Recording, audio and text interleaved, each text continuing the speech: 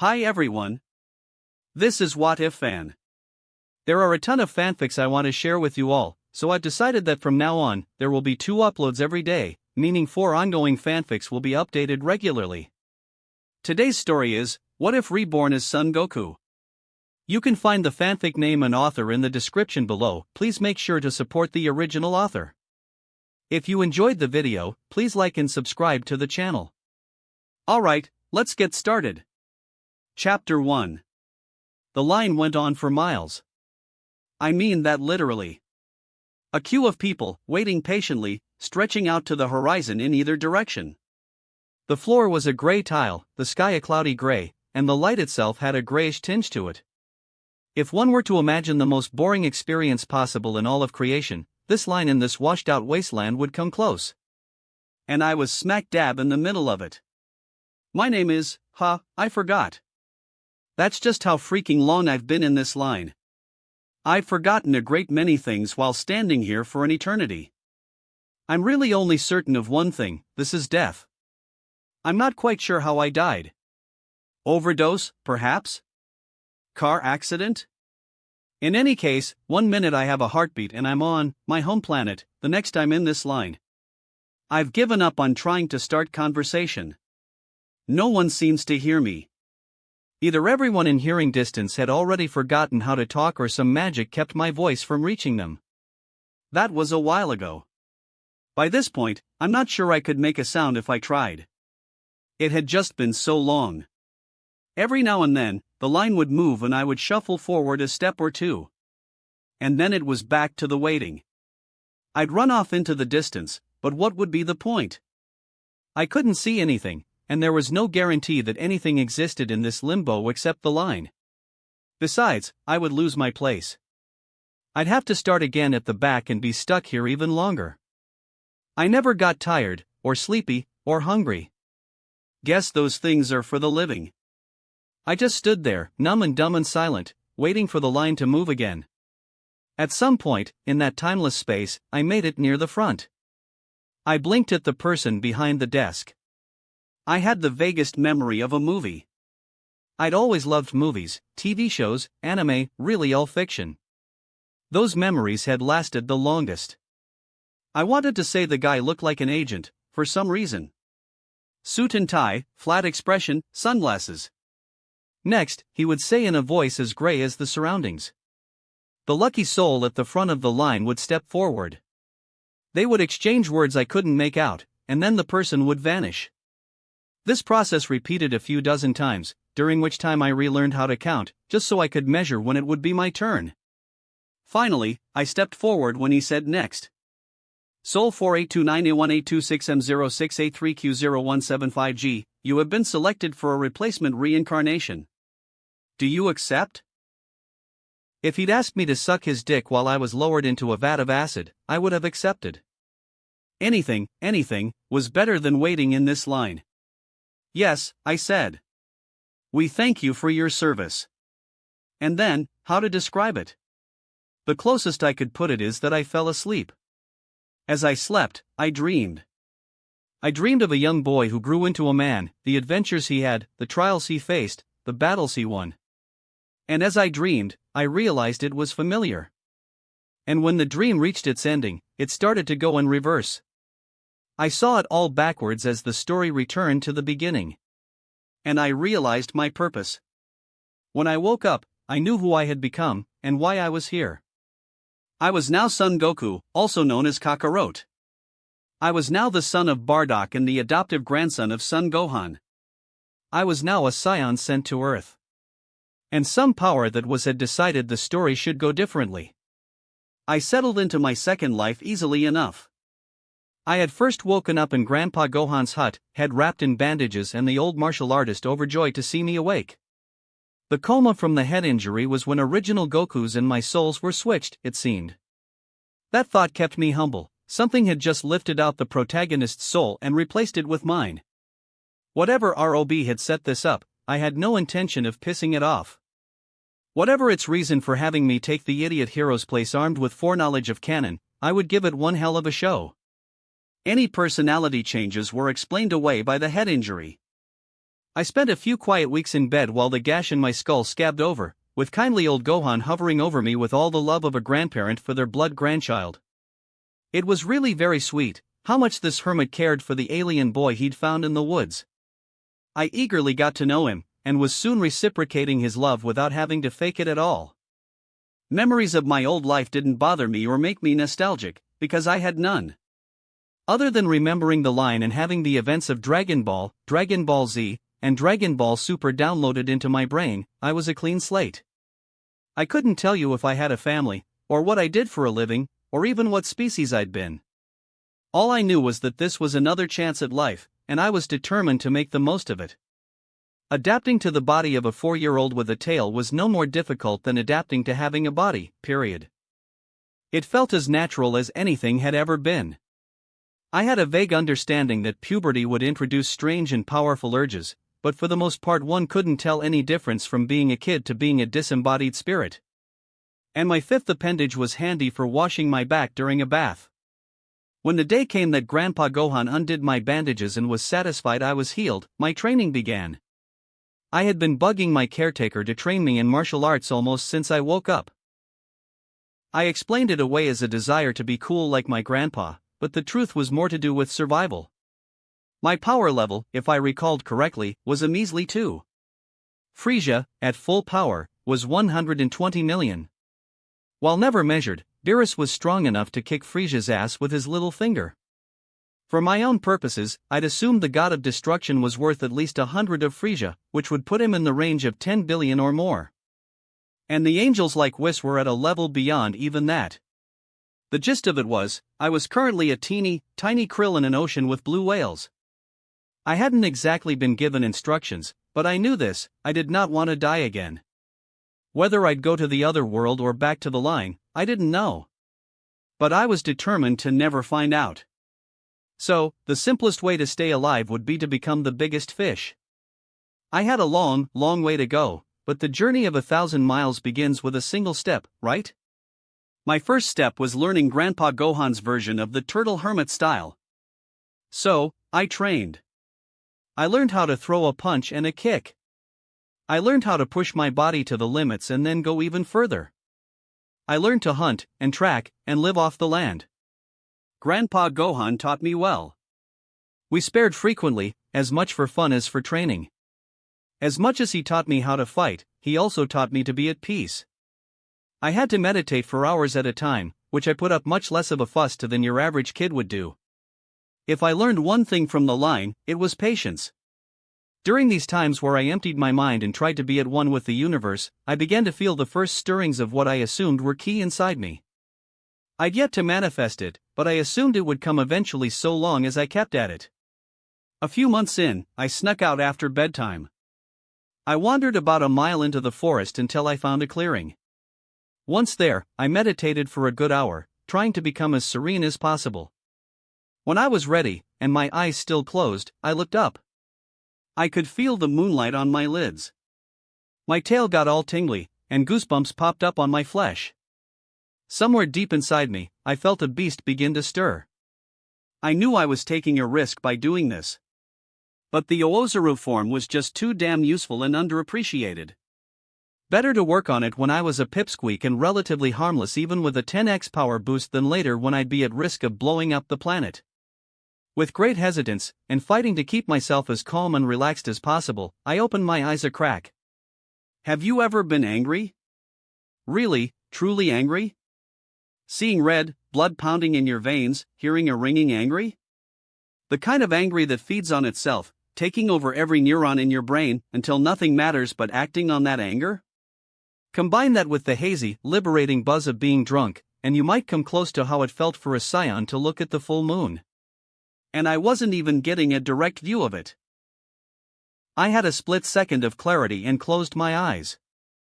My teeth felt too big for my mouth and I had hair in places that it shouldn't be. As seconds passed and I resisted the temptation to just let go and open my eyes, I felt my body return to normal, reverting to its ordinary toddler form. Right. Well, that was something. It honestly scared me, the power of the reactions that little dose of Blutz waves evoked from me. But if a hothead like Vegeta could control it, I sure as HFIL would. I snuck glimpses until dawn, meditating after each one and lasting just a little longer before I panicked and closed my eyes before losing control. Exhausted, I made my way back to the hut. Son Goku. Where have you been, young man? I was worried sick. Oops. Forgot about Grandpa. It took a lot of explaining, during which I brought up that I had started to remember things from before my incident. Like how I was an alien, and that I had been sent to destroy all life on the planet. I assured Grandpa Gohan that I had no intention of doing any such thing, but one of the keys to doing it was the Ozaru form. Grandpa was against me training something so dangerous, but I talked him around. It's a part of who I am, Grandpa. I want to master it, the same way you're teaching me to master myself. And anyway, what if I look at the moon by accident and can't control it? I could hurt you and a lot of other people. Well, very well. But no more sneaking off alone. We'll do this with me to supervise you. And if you ever lose control, I'm cutting off your tail right then and there. You said that would turn you back to normal, right? Yeah, I said, curling my tail around to cuddle it. But could you please make sure I'm actually gone before you do it? I don't want to lose my tail. Of course, Goku. The years passed, with my days filled with training and mountain life shenanigans, and one night a month working on safely and sanely transforming into a giant ape creature. There were a couple of near misses, but I managed to keep my head and stay in control each time. When turning into the Ozaru felt no different than being Saiyan, I worked on transforming back despite the pull of the moon and even on transforming outside the full moon. I wanted to completely master the form. It was the same principle as Super Saiyan full power, right? When I could look at the full moon and not even blink, when I could transform in broad daylight and keep my power level as calm and still as a pond, then I would have mastered the Ozaru form. I had plans to be this exacting and thorough for every transformation. That was one of the things I didn't like about the original Goku. He never repeated what he did with the original Super Saiyan transformation for Super Saiyan 2 or 3 or God or Blue. And speaking of Blue, if it were possible to combine the Super Saiyan and the God transformations, why not Super Saiyan and Ozaru? Ozaru and God? All three at once? I was going to find transformations that no one in canon had even imagined, and I was going to work at them tirelessly until they were as easy and effortless as blinking. I would train constantly as if the fate of the world, the galaxy, all 12 universes depended on me, because they kind of did. Or would, at some point in the future provided I didn't change too many things, and probably even if I did. I would work as if Cell would arrive the next day. When I was exhausted and wanted to quit, I'd picture Zenoa's smiling face as he wiped an entire universe, trillions of lives, out of existence. Damn it, I would kick Frieza's ass in base form if I had my way. Grandpa Gohan was a mixture of proud and concerned at my work ethic. He watched me train until I bled and considered it just the warm-up, and was filled with as much worry as admiration. I would just smile and say I want to be the best that I can be. How can I find it if I don't go looking for it? And he would smile and shake his head and caution me to not push myself too far, which I would anyway. I managed to beat Grandpa in an all-out fight by the time I was 8, including the use of key attacks. Once I started consistently handing him his ass, he shook his head and declared he had nothing left to teach me. By my own estimation, using my key sense and comparing it to those around me, I was at 100. That still left me orders of magnitude away from where I knew I could be, but it was a start. From then on, I focused mostly on honing my technique and boosting my strength, trying to eke out as much progress as I could from Earth's original gravity. I could have gone searching for Bulma to build me a gravity room or gathered the Dragon Balls, which I had learned to sense, but I didn't. I didn't want to toss canon completely out the window. And, I admit, a part of me wanted to enjoy my childhood alone with Grandpa for as long as I could. So, I focused on maintaining my strength once it peaked and refining my fighting style. I reverse-engineered all the key techniques I could. I had fun when I wasn't hammering myself on the anvil of training. And so, the days passed, until it was the 1st of September, age 749. Grandpa Gohan and I were having lunch, a fish I had gone and fetched myself. Around us, my multiforms cut wood, cleaned the hut, and tended to the garden. Incredibly handy, the ability to make copies of yourself. It was a bit of a headache when we fused and I had to process their memories, but it was definitely worth it. My ears picked up. I hear something. An engine, I think.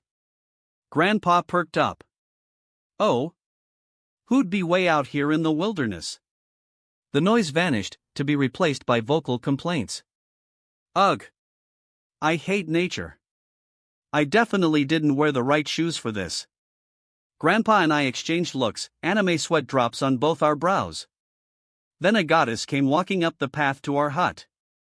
My jaw dropped. The show hadn't done her justice. Or maybe it was different seeing her in real life rather than as a cartoon. Or maybe puberty was striking fast and hard on my 13-year-old body. In any case, I couldn't look away. Her skin was flawless, her hair was the most dazzling shade of blue, and her legs went on forever. Even in a t-shirt and shorts, her figure was breathtaking. Hello there. Grandpa Gohan called out, snapping me out of my daze.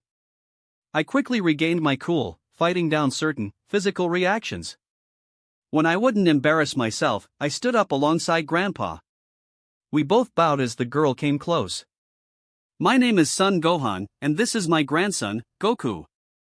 Who are you, young lady? The girl wiped her brow, honestly out of breath climbing the small hill between the road and our hut. Hi. My name's Bulma. Nice to meet you. You got anything to drink? I wordlessly handed her a cup of tea, and paid a lot of attention to her throat as she gulped it down. Grandpa smacked my head too fast for her to see. I looked away, blushing. Damn hormones. What's a city girl doing all the way up here in the mountains? She grinned, wiping her mouth. I'm on a treasure hunt. She reached into her bag, pulling out an orange orb with red stars in the center. Have either of you seen a jewel like this? There should be one nearby. Oh my. Goku, it's just like that one I found years ago, before you even got here. Go get it. Yes, Grandpa, I replied obediently. I went into the hut, gathering the 4-star ball from where it was stashed on a little shrine we'd made for it. I came out and Bulma's eyes lit up. Yes, you do have it. Another Dragon Ball. Dragon Ball? Is that what these things are called? I asked innocently. Bulma got a calculating gleam in her eyes. Coming to a decision, she pulled out another Dragon Ball and laid them on the stump I'd been sitting on. I walked forward and added the one in my hand. The three of us watched as they began to pulse with an inner light. Dear me, it's never done that before, Gohan said, leaning forward with interest. These are the magical Dragon Balls, Bulma explained. There are only 7 of them in the whole world. If you gather them all together and say the ancient words, the dragon will appear and grant you a wish. Wow, I said, more taken with how her face lit up than the explanation of the power I already knew about. Well, thanks for giving it to me, she said, reaching forward. My eyes narrowed and I grabbed the 4-star ball back. Hey, wait a minute. This is my grandpa's treasure. You can't just take it. She got an ugly smile on her face. She pulled out a revolver and held it in Grandpa's general direction. Hand it over, kid, or the old man gets it. Grandpa's face closed off. Faster than her eyes could see, he raced over and grabbed the gun right out of her hands. He unloaded it and threw it on the ground behind him before Bulma even realized it was gone. Now that's very rude. You just don't threaten old men with guns, young lady. It's very unbecoming. Bulma gaped. What the hell? Grandpa and I are really strong, I supplied helpfully. Bulma suddenly looked very nervous. Ha ha ha. Wasn't that funny? The way I pretended to be all evil and you were so awesome? I wasn't really going to shoot him. I was just trying to scare you. Silly me, he. Grandpa sighed. Let this be a lesson to you, young Bulma. Those who threaten violence will often be met with violence. Had you pulled that act with anyone else with our skills, you'd likely be in very big trouble right now. She gulped. Yeah. Sorry about that. Thanks for not killing me or anything. I have an idea, I spoke up. Grandpa and I help you gather up these Dragon Balls. We'll be your bodyguards or whatever. In return, we all share the wish at the end. Bulma gaped. Wait, seriously? You want to help me, after what I just did? It's not like Grandpa was really in any danger. He could have caught the bullets if you shot at him, I said casually, making her eyes widen. And yeah. You seem pretty weak, and you'll probably run into trouble gathering the rest of these Dragon Balls if they're as special as you say. It would bother me if we let you go on your way all helpless and something happened to you. So we come alone, keep an eye on each other, and get a wish at the end of it. Sounds like a good deal to me. Bulma smiled, and I had to hide how my heart jumped. Seriously, what was wrong with me? That sounds awesome, actually. I'd really appreciate it. Grandpa Gohan nodded. I agree. With one exception. I won't be coming alone. Grandpa? I asked, confused. He was perfectly able to travel. I'm old, Goku. I had my fill of adventure. I'm perfectly happy to stay here for the rest of my days. But you should go with this young woman. Go out, see the world, make mistakes, learn from them. It's time you flew the nest. I hugged my grandfather in every way that mattered, tears in my eyes. Then I rubbed my eyes, sniffed my nose, and turned to Bulma. Well, we're burning daylight. Let's go. Bulma nodded, gathering up the Dragon Balls and putting them in her bag. I handed over the 4-star ball, which she took hesitantly. Then she pulled out a case of capsules, throwing one to produce a motorcycle in a puff of smoke. Oh, darn, wrong one. We need a sidecar. No need. I prefer to run. She looked at me like I was an idiot. This bike can go over 100 miles an hour. I grinned. I can keep up. And I did. Bulma watched in disbelief as I kept pace with her bike, my legs blurring as I ran faster than a sprinting cheetah. I could have just flown, but where's the challenge in that? Even this was only marginally difficult because I was wearing the heaviest weighted clothing I could produce with my ki. I wasn't the best at that particular technique, but every little bit helped. Wow. How the hell are you so fast? Bulma called about 10 minutes into our journey, after looking away from me to consult the dragon radar. I kept the fact that I could sense the energy signature on my own a little secret. Let her feel like she's got an advantage over me for her own peace of mind. I trained really hard, I said, not even out of breath. Are you even human? I laughed. Actually, no, I'm not. But Earthlings can get this strong and fast too. It just takes a lot of hard work and key manipulation. Bulma almost swerved off the road. Wait, what? You're not human? Did you say Earthling? What are you, some sort of alien? I chuckled, after I was sure I wouldn't have to save her. Yeah. Didn't the tail give me away? I waved it at her. I thought you just glued it on or something. I didn't know it was real. She shrieked, reaching a truly uncomfortable decibel. I rubbed my sensitive ear. Well, it is. Bulma's eyes lit up and she slowed down. Wow. I can't believe it. I'm talking to an actual extraterrestrial. This is like one of Tight's dumb stories. She eyed me like I was a unicorn and she had the tranquilizer gun already. Mind if I ask you a few questions? I leaned subtly away. Okay. Just promise you won't ask to dissect me or anything. Of course not, she said, though her eyes looked a little shifty. What are you? Where did you come from? When did you come to Earth? How? Why? I mentally ordered my responses. A Saiyan. Planet Vegeta. In 739, when I was around 3. In a Saiyan space pod.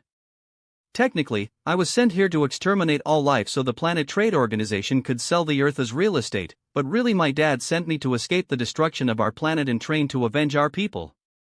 Did you say exterminate all life? Are you serious? I'm afraid so. The Planet Trade Organization is the most powerful entity in the universe. They own most of this galaxy. To them, wiping out a pre-interstellar civilization is like squashing an anthill. My species, the Saiyans, were enslaved as enforcers a long time ago. I was programmed to be an omnicidal maniac, but then I hit my head as a kid. Grandpa managed to make me fall in love with him on Earth before the memories came back, I explained. My God, Bulma said to herself. This is incredible. You're not making this up, are you? Cross my heart and hope to die. A warrior's word is his honor, I said, quoting something Grandpa had said to me a long time ago. All right then. Bulma kept me busy for hours, asking me all sorts of questions about outer space and the Saiyans. I tried to explain that I only had what I remembered as a baby and what I could scrounge from my pod's computer, but that barely deterred her. Finally, the barrage stopped when the sun was beginning to set. Pit stop, she said, braking the bike. I turned and fired a ki blast into the forest. What the hell was that? Bulma demanded. There was a bad guy that direction. I took care of him so you wouldn't get kidnapped or anything, I answered. Oh. Thanks, I guess. Bulma wandered off in that direction, returning when her business was finished. She had a pale expression, so I guess she saw what my ki ball had done to the pterodactyl-like thing I'd shot down. That guy could have eaten me. Thanks, Goku. No problem, that's why I'm here, to protect the pretty lady on her quest. She blushed. I blinked. Was she seriously reacting to flirting from a 13-year-old? How experienced was she, exactly? Was this wish for the perfect boyfriend she was after a little girl's fantasy and not the last resort of a jaded woman? We rode a little more, and I paused when we got near a certain rock. We should camp here tonight. Okay. Bulma capsuled her motorcycle and then produced a capsule house. I'm hunting for dinner. Would you like anything? Her mouth pursed. No thanks. I'm fine with the food I packed. Ha! Guess the city girl wasn't comfortable with food that had been moving an hour earlier. I ate enough to feed a hungry Saiyan, which is to say enough for 20 men. That done, I walked into the capsule house. Bulma was enraptured by the television, where a handsome man was kissing a beautiful woman. So romantic, she sighed. I walked up beside her. Bulma, can I take a bath? It's been a week since my last one. Wait, what? Get in there right now. I'll wash your clothes, just get clean right now, she yelled, once she processed my words and gave me a sniff. Don't bother. They're too heavy for you, or the machine. I'll just destroy them and make new ones. How exactly do you plan to do that? I doubt you have a sewing machine on you. I grinned. I'll show you after you take your bath, okay? I shuffled off to the bathroom, where I gathered my weighted clothing into a ball and atomized them with a controlled ki blast. I then took a quick shower before hopping into the tub. As I was relaxing, Bulma came up to the door. Goku? Earlier, you said something about ki manipulation? What is that? Ki is inner energy or life force. It's in everything. If you train at it, you can learn to manipulate it. It's how I made that energy blast and part of why I'm so fast. I channel my ki throughout my body and that makes me stronger and increases my perception speed. I can also use it to do a lot of different techniques. Like the one I'll use to make my new clothes. I'll believe it when I see it, Bulma called. So, tell me more about yourself. Not much to tell, I said as I washed my hair. I'm 13, I love my grandpa, and my hobbies are training and training. Got to get strong if I want to beat Frieza. That's the leader of the PTO that destroyed your planet, right? Just how strong is he? Put it this way. There's this thing called power level that measures a person's ki. You're a 2, which incidentally is what I was at birth. Grandpa Gohan is about 80, and I'm around 1500, give or take if I go all out. Frieza is 120 million. What? 120 million? Are you sure you got the numbers right? How is that even possible? Bulma shouted through the door. Biology. His race is notorious for being ridiculously powerful. But I'll beat him one day. How? Are you going to use the wish to get super strong? I stuck out my tongue even though she couldn't see. Bleg. No way. Power from a wish isn't earned. I don't want to win like that. I want to train myself the old-fashioned way to the point that I'm stronger than Frieza. And then I'll get even stronger than that, until I'm the best that I can be. It'd be a shame to die without reaching your full potential, don't you think? Yeah, I guess. Are you going to be much longer? I got out and flared my aura to evaporate all the water on my body. I wrapped a towel around my waist and walked out. All done. Bulma starred. And drooled. Bulma? Are you okay? I looked down and tried to imagine what she saw. My body fat percentage was in the single digits. My body looked like an anatomical chart, each muscle body pressed flesh up against the surface of my skin. My neck bulged like a tree trunk, my pecs were maces creating valleys and ridges in my chest, and my abs were like bricks in a paved road leading down to a V-belt sharp enough to cut your finger. I grinned and flexed my bicep. Like what you see, Bulma? I asked teasingly. No way she was actually attracted to me. She was probably just trying to reconcile the cognitive dissonance between my baby face and statuesque body. She blushed up a storm and rushed past me, slamming the door shut. I frowned. Bulma? Are you okay? I was just making fun. I didn't mean to make you mad. No. I'm fine, she said, though her voice wavered slightly. I cast my mind for a topic to talk about. About the wish. How do you want to split it? What were you going to wish for before I came along? Oh. I was going to wish for the perfect boyfriend. I crossed my arms and leaned against the door. Couldn't you get that the normal way? Why use a magic wish to get a boy to worship you? You must have them beating down your door. Yeah, 'cause I'm rich and my dad's famous. The bitterness in the words made black coffee seem like cola. I blinked. I was going to say beautiful and smart. But I'm sorry if you got the wrong kind of attention. You deserve to have a guy treat you nice. Thanks, Goku. I could hear her smile. What would you wish for? I shrugged. Something we can both use, that we couldn't possibly get by ordinary means. Like immortality or world peace. I had a brainwave. How about a copy of all the knowledge in the universe? You could use all the technology and science and stuff at your dad's company, and I could use the martial arts and key techniques to become a better fighter. That actually sounds awesome. I can't even imagine how advanced alien technology is. Though how would it all be stored? Let me think about it. Okay. I waited a while, Bulma naturally taking longer in the bathroom than I had. She came up with a towel around her and wrapped up in her hair. I carefully avoided looking at her. So, what's this about making new clothes? I focused and held out a finger. A beam of light emerged from it, which coalesced into a GI, pants, and underwear. They made a crater as they crashed from midair to the ground. I winced. Sorry. I wasn't thinking. How? Bulma gaped. I don't know which is worse, your casual energy to matter conversion or the fact that you wear clothes that heavy. It's easy once you know the trick. And I need to train however I can.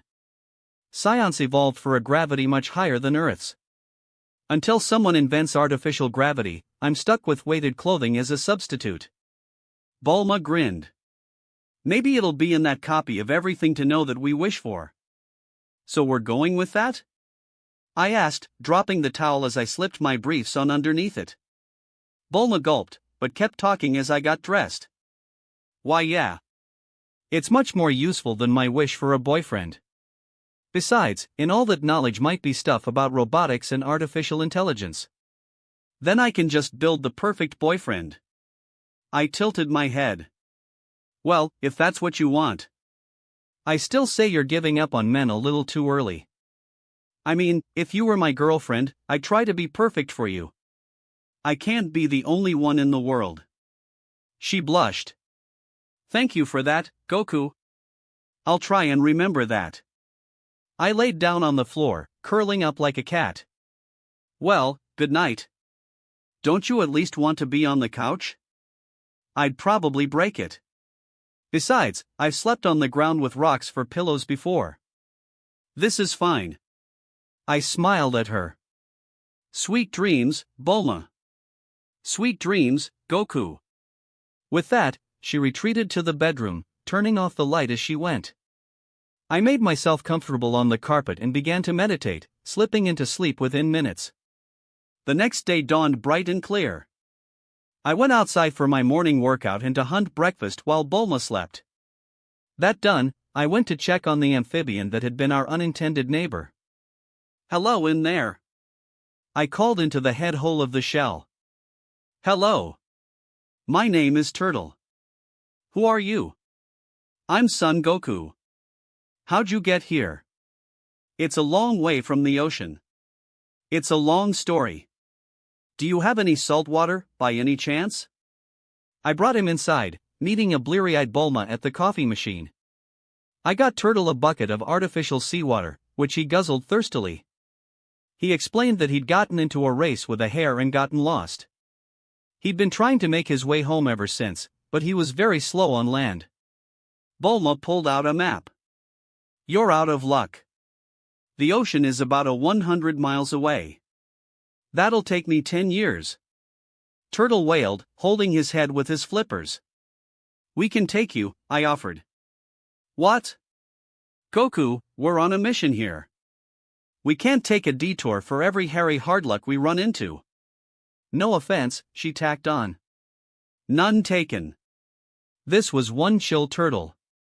If I fly us instead of taking your slow vehicles, we can be there in 20 minutes tops, I offered. Bulma narrowed her eyes.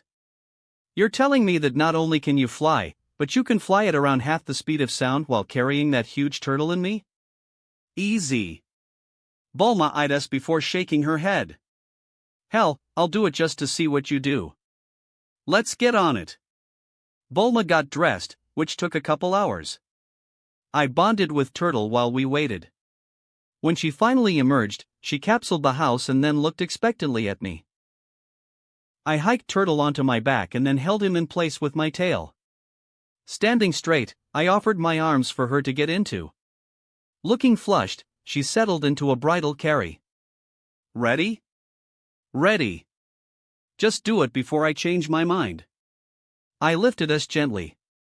If you weren't looking at the ground vanishing below us, you wouldn't be able to tell we were moving. Once we were at a suitable height, I turned us south and began to accelerate. I did it slowly so they barely felt it. Before you knew it, the ground was blurring below us. How are you two doing?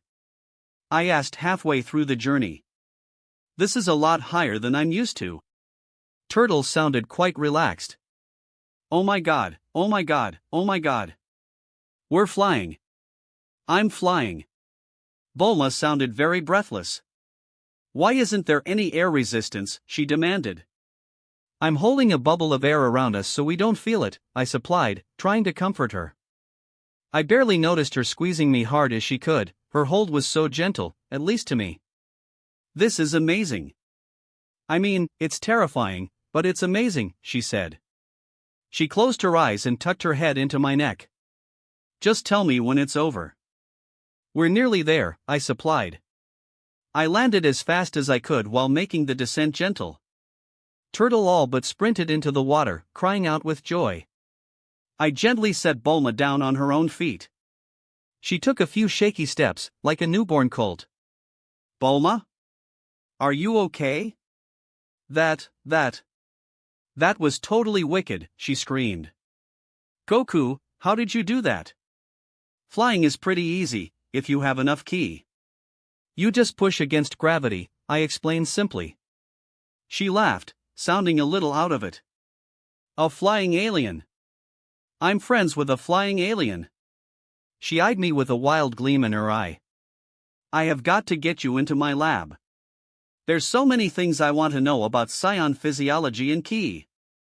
Why was she so excited about this? She hadn't given a shit in canon. Maybe because she'd been introduced to it differently, with fun stuff instead of just raw destruction. Sure. But again, no dissection. Will you agree to an MRI and a CAT scan? Sure. There was really no reason for me to train with Master Roshi. Grandpa Gohan had already taught me the Kamehameha wave, and I was the strongest person on the planet, based on my ki sense. Besides, Bulma was my best shot at a gravity chamber. Thank you so much. Turtle spoke up from where he'd been playing in the ocean. If you'll wait right here, I'll go get my master. He'll surely reward you for helping me. I turned to Bulma. Well, Bulma, how about it? Feel like a day at the beach? Sure. Why not? With you flying us, we can get the other Dragon Balls in a snap. Bulma and I settled in on the beach while Turtle went off to find his master. She, naturally, had packed swim gear. The sight of her in a two-piece lounging on a chaise in the sun had me very glad that the water was cold. I played around in the water, doing laps and flips and dives, before relaxing on the beach. I built a city out of sand and then rampaged through it like Godzilla or Kong, to Bulma's giggles. After that, I just laid back in the sand next to her. Rest was just as much a part of training as working out. It was good for me to just take a day off every now and then. Goku, can I play with your tail? Bulma asked after a few minutes. I sat up and turned my back to her. Sure. Just be careful. It's really sensitive. Squeezing it used to make me pass out before I trained that weakness away. Who would squeeze it? Remember what I told you about the Ozaru? Grandpa did it when I started to lose control training it. That's another thing about you to study. Turning into a 100-foot simian just because you get exposed to a particular kind of radiation makes no sense. What kind of evolutionary forces would produce something like that? She wondered aloud as she stroked my tail, curling her finger around the tip. I about melted into a pile of goo. It was so much better than getting your back scratched. Tailless people just wouldn't understand. What's your plan, after we get our wish? Bulma asked. Well, I'll go back with you to wherever you live so you can study me. I'll train like usual until the World Martial Arts Tournament. Grandpa Gohan told me it's a gathering of the strongest fighters in the world. It might be fun, and the prize money should come in handy. What about after that? What do you want to do with your life? Bulma's hands shifted from my tail to my shoulders, but I didn't care. She could touch me however she wanted, I wouldn't care, so blissed out was I. I want to get as strong as physically possible, but that'll take years. I want a place I can call home and enough food to fill my belly. I want to find a nice girl and settle down and try to repopulate the Saiyans. I'm an endangered species, after all. Bulma frowned behind my back. Have you thought about donating sperm or cloning? That's a lot of pressure to put on one woman. No one's raising my kids except me and their mother, I said decisively. Call me selfish, but I'm not going to have 100 kids running around I don't know about. Besides, what mother or couple would be able to handle a half-Saiyan? And cloning is just weird. So, yeah, just the one girl and a bunch of babies. Unless she's okay with me having multiple wives, but what are the odds of that? Bulma pursed her lips. Pretty low, unless she's bisexual or not that jealous. Probably both just to be safe. Right. So, a nice family-minded girl, I said, leaning back into her hands. Or possibly 2 or more open-minded girls, Bulma added, her tone teasing. Yeah, every guy's dream. But not very likely. Bulma pursed her lips. You'd never see it the other way around. No one would be okay with one woman with multiple husbands. Yeah, that's not fair. Oh, that got me thinking. I stood up, Bulma's hand's absence felt as I left their embrace. I shook my head and focused, forcing down my erection. Hopefully she hadn't seen that. Anyway, I used the matter creation technique to make a volleyball net and ball, and then used multiform. This should be fun, the four of me said in unison. Bulma was drooling again. About an hour later, while we were having lunch, there was a beeping from Bulma's bag. She went to check, and her eyes shot wide open. Goku! Another Dragon Ball is moving, towards us. I perked up. Ha! Maybe that's the gift Turtle's master wants to give us. This is just the best day. Hoo-hoo! Bulma jumped up and down in joy. My eyes tracked her jiggling bits for a few seconds before I rushed into the ocean and began swimming off my desires, cramps be damned. Man, the original Goku must have just been asexual instead of brain damaged. My body had no problem reacting to my naughty thoughts. Now, if only my growth spurt would come earlier than 17 to 20 like it did for him, that would be nice. A couple hours later, Turtle appeared on the horizon. There appeared to be someone on his back. Hey, you guys! This is my master. He's here to give you a gift. Master Roshi the Turtle Hermit walked off his underling's back and onto the beach. He looked exactly as I remembered him. Bald head, white beard, sunglasses, tropical outfit, wooden staff, turtle shell on his back. Hello. I am Master Roshi. I'm very thankful that you helped my companion return home. It was nothing, really, I said.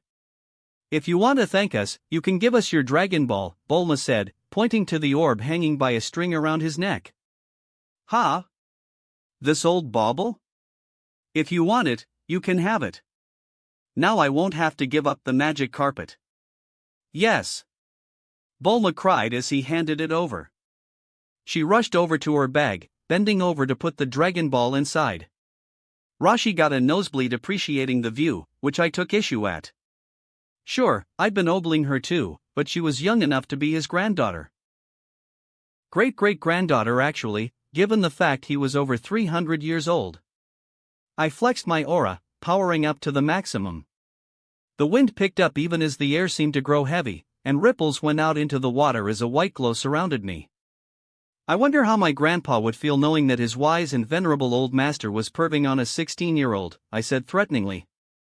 No harm in looking, he countered, even as he sweat bullets. Running into someone even stronger than King Piccolo must be freaking him out on the inside. I toned down the energy, returning to normal. Well, look somewhere else, I said, before turning to Bulma. She was staring at me with the oddest look in her eyes. It wasn't until much later that it occurred to me that a powerful, shirtless man defending her honor might have an effect on her. Bulma and I got dressed and flew off, leaving a gaping Master Roshi and embarrassed Turtle. We wound up collecting all the other Dragon Balls that very day with me flying us from place to place. The fifth we got by beating up Oolong and returning the kidnapped daughters to their village. The sixth was retrieved from the Ox King, who was just about to send out his daughter Chi-Chi to collect the Bancho fan from Master Roshi. I offered instead to fly around their castle so fast I created a vacuum, choking the flames. The two heartily congratulated me and freely offered the Dragon Ball from their treasury. Bulma got very rude with Chi-Chi for some reason. The seventh was retrieved from Pilaf's palace. Wanting to avert future hijinks, I looked the little blue man dead in the eye with my most threatening aura and told him that if he ever went looking for the Dragon Balls again, I'd kill him. By the time the sun set, Bulma and I were looking down at the 7 Dragon Balls. They're beautiful, Bulma said softly, looking down on them. They are, I said, looking at her more than the gems. I looked down at them before she noticed, or at least I thought I did. So, how do we summon the dragon? Bulma cleared her throat. She called out in a clear voice, enunciating carefully, "Arise Shenron, and grant me a wish." The Dragon Balls glowed until they were impossible to look at. The sky darkened as thunder and lightning appeared from nowhere. Out of the light, a winding green dragon emerged, disappearing and reappearing into the clouds, before coming down to face the two of us, his winding form behind him. "You who have summoned me, I will grant you one wish," it said in a voice of fire and ash. Bulma hesitated, obviously scared by the dragon in her face, so I took over. We wish for a portable, self-powered computer loaded with all the information in the universe and an easy-to-use search interface.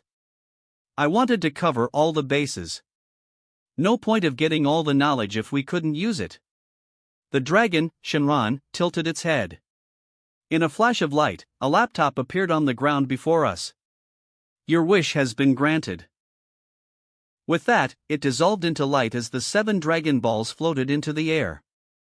In a blast, they were scattered, sent to the corners of the world.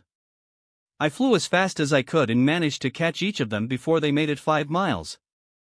There. Now we don't have to go looking if we want to make another wish in a year, I said, touching down with her duffel bag stuffed in my arms. Bulma was gaping at me. Goku, thank you. Just, thank you. It was nothing. She grinned and grabbed the laptop. I'm going to be studying this thing as much as the stuff inside it. What powers it? How does it have so much memory in such a small space? What coding does it use? How about just asking it? It has all the answers in it, shouldn't it? I pointed out. Oh, right. Bulma hit the power button. A simple search bar appeared on the screen. Let's try. Son Goku, she said playfully, typing in my name. She hit the enter key. The next page showed a 3D model of me along with an encyclopedic listing of information about me.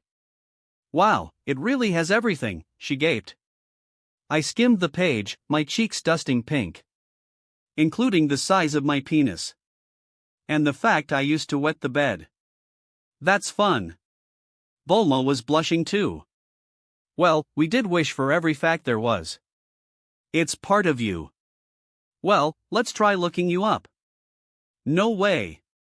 We fought over the archive for a bit, as we decided to name it later. Then Bulma brought out the capsule house and we went to sleep. Well, I went to sleep. As I curled up on the carpet, I could hear Bulma typing and clicking, delving deeper and deeper into the store of knowledge. I woke up blearily, aware of someone poking me. Goku? Goku! Goku, wake up!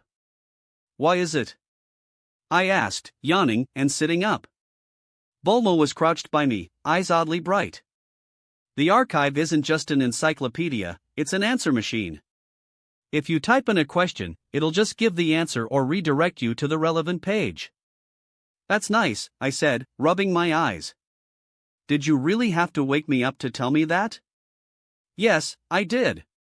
Because guess what came up when I typed in who was Bulma's perfect boyfriend? I froze. My mind reeled. No way. No way, no way, no way. Prince Vegeta? I asked as much as said. She rolled her eyes. No, you lovable goon. It's you. Really? I asked, my voice going oddly high as it always did when I was nervous. Well, technically it said Sol 4829A1826M06A3Q0175G, but when I searched for that it came up as you. Bulma grinned. You know what this means, right? That we can be very happy together, I said, my mouth splitting into a grin. Once I processed the shock, or rather shoved it into a dark corner of my mind to deal with later, I was elated. What do you know? I had found my soulmate. Yes, it does. Bulma got a downright hungry look. It also means I don't have to worry about doing this. Before I knew what was going on, she was kissing me. I was overwhelmed by the taste of strawberries, the warmth of her body, the scent of her in my nose. My body moved on instinct, reaching up to cup her face. The kiss lasted a full minute. Her tongue was just starting to tease my lips when I pulled back. Bulma, are you sure about this? I mean, we barely know each other. She rolled her eyes. Doesn't matter. I want it, you want it, why not? Who better to lose it to than your perfect match? Oh, believe me, I want it, I said. I just don't want you to regret this. We can take this slow, work up to it. Dates and talking and rounding the bases. We don't have to do it right here and now if you don't want to. She grinned. That little speech right there, that's exactly why I'm okay doing it right here and now. You're a good guy, Goku. I know we're both young, but you're my friend. Besides, I want to do this now. I want this perfect day to have a perfect ending. I want to be stupid and make love with a boy I trust even though I don't really know him that well. I want you. Her words electrified me. Bulma. I sighed, leaning in for another kiss. How could I say no to that? We made out for a while, getting intimately familiar with each other's tongues. Our hands roamed from time to time, feeling out each other's bodies. She made to pull at my clothes, but they refused to budge. I chuckled. Let me do that for you. So fast I was a blur, I took off my shirt and pants, folded them, and laid them down so they wouldn't break the floor. I stood before in nothing but my black briefs, my tail poking out a hole in the front tinted with my arousal. Her eyes were locked on my body. God, you're gorgeous. You look better than a model. Why, thank you. I worked really hard to look like this, I grinned saucily. Why don't we take this to the bed and I can see you in your underwear, HM? She gave a smile, confident and sexy, no fear. She had absolute faith that I was perfect for her. Without a word, she turned and walked towards the bedroom. As she did, she pulled off her shirt and shimmied out of her skirt. I trailed behind her, my tongue dragging along the floor. Her ass was sublime, a perfect peach teasing me from behind tight pink panties. Lemon scene happened.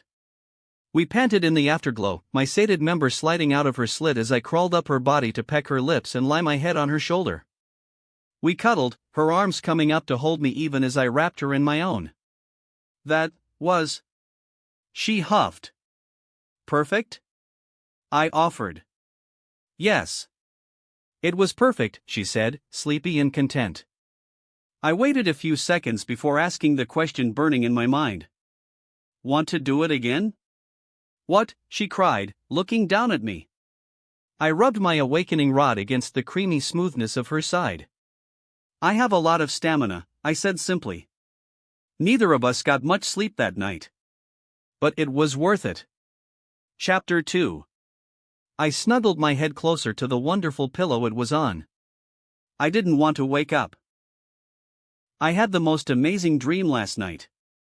Bulma came onto me and we had steaming interspecies sex all night long. Goku, you're poking me. Didn't you get enough last night? Came an exhausted whimper. My eyes shot open. Not a dream. Definitely not a dream. Or else there was a pretty weird explanation for how I had ended up naked in Bulma's bed and spooning her. Sorry, I said absently, tilting my lower half away so my morning wood wouldn't disturb the blue Annette in my arms. I get that you're, like, superhuman, or not even human at all, but I am. I need some rest after all that. It was my first time, you know. First 7 times, actually, I corrected, my mouth splitting to reach my ears as my ego inflated at the memory. Yeah, you're a god in bed. I'm still sore like you wouldn't believe. I frowned. I laid my hand over her, cupping her in my hands. What did I just say? She asked pissily, turning to glare at me. Shoo. Relax. I'm fixing it, I said. I focused intently, reaching my key through her skin to feel the damage. With some delicate, gentle coaxing, I got her body to heal itself, speeding up the natural process with my own energy. What did you just do? She asked. Key healing. I'm not very good at it, it's very light, sensitive work. I wouldn't be able to fix a broken bone or heart attack, but muscle soreness is easy enough. I did it for Grandpa when he got tired from all our spars. She turned around, giving me a kiss. You're amazing. You know that, right? I try, I said, smiling. Now, unless you're ready for round 8, we should probably get dressed. Yeah, Bulma said, stretching out in bed in a display I couldn't look away from. We need to get the archives safely to Capsule Core.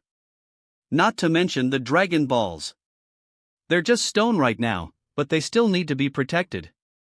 I gulped. Plus I have to meet your parents. That should be fun. Relax. They don't need to know what we did. I'll just introduce you as my friend. Yeah, but how am I going to look your dad in the eye? Bulma blew an errant lock of hair out of her face. How should I know? I've never had to meet a boyfriend's parents after having sex before. Your support is overwhelming, sweetheart, I said in a deadpan. She blew me a kiss.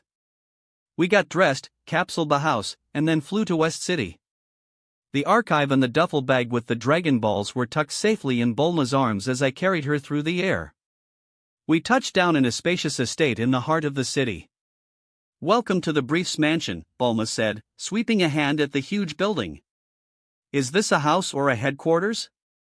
I asked, marveling at the sheer amount of room her family had carved out of the urban center. A bit of both. There's an office downtown, but Daddy tends to bring his work home with him. In short order, I was introduced to Bulma's cartoon housewife of a mother, Panchi, and her absent-minded father, Briefs. We enjoyed an impromptu brunch where Bulma regaled her parents with tales of her adventure and I tried to keep my head down and focus on the food. Dr. Briefs was fascinated by the archive, and I knew that he and Bulma were going to vanish into the lab afterwards to examine it. Goku, why don't you explore the city or the house? Daddy and I have work to do, my lover said once help appeared to take away the dishes. Sure. Just promise that you'll make a gravity chamber a priority. Bulma grinned and kissed my cheek. My eyes darted to her parents, but they didn't blink. Must be my diminutive size working in my favor. As fast as I can build one. I promise. I spent a few days lounging on the couch, finding out what was on TV, before the promised gravity chamber was built. In that time, I got to develop a taste for professional catering as I was treated to the 5-star meals made by the kitchen staff. If I wasn't careful, I'd get back all the baby fat I'd worked so hard to burn off. I tried talking to Panchi, but Bulma had clearly gotten her brains from her father, if you know what I mean. I had no money, and no desire to mooch off my girlfriend and her family any more than I already was by asking, so I didn't really explore the city. The evenings were the highlight of my days, because Bulma usually made it to dinner. We'd talk about what amazing finds she and her father had teased out of the archive that day and get to know each other better while her parents watched with smiling faces. And every night, if I snuck out of my room after dark and back in before dawn, well, nobody called me out on it. Bulma sure wasn't complaining. After a week in West City, Bulma came to find me and brought me to a dome-shaped building that hadn't been there when we arrived. Here you go, my little warrior. Best we could do on short notice. It goes up all the way to 100x Earth's natural gravity. That should keep you busy until we can take the time to upgrade it, shouldn't it? I looked up at her with pride. Thanks, baby. This is just what I needed. I flew up a couple feet to give her a kiss before dropping back to waist height. Bulma giggled. Just make sure you aren't late for dinner. I didn't build this for you just to lose you to it.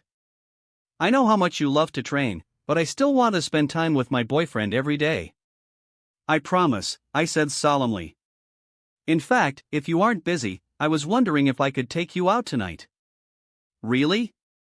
In an instant my genius turned into a blushing schoolgirl. She brought her hands to her cheeks and toyed with her hair and everything.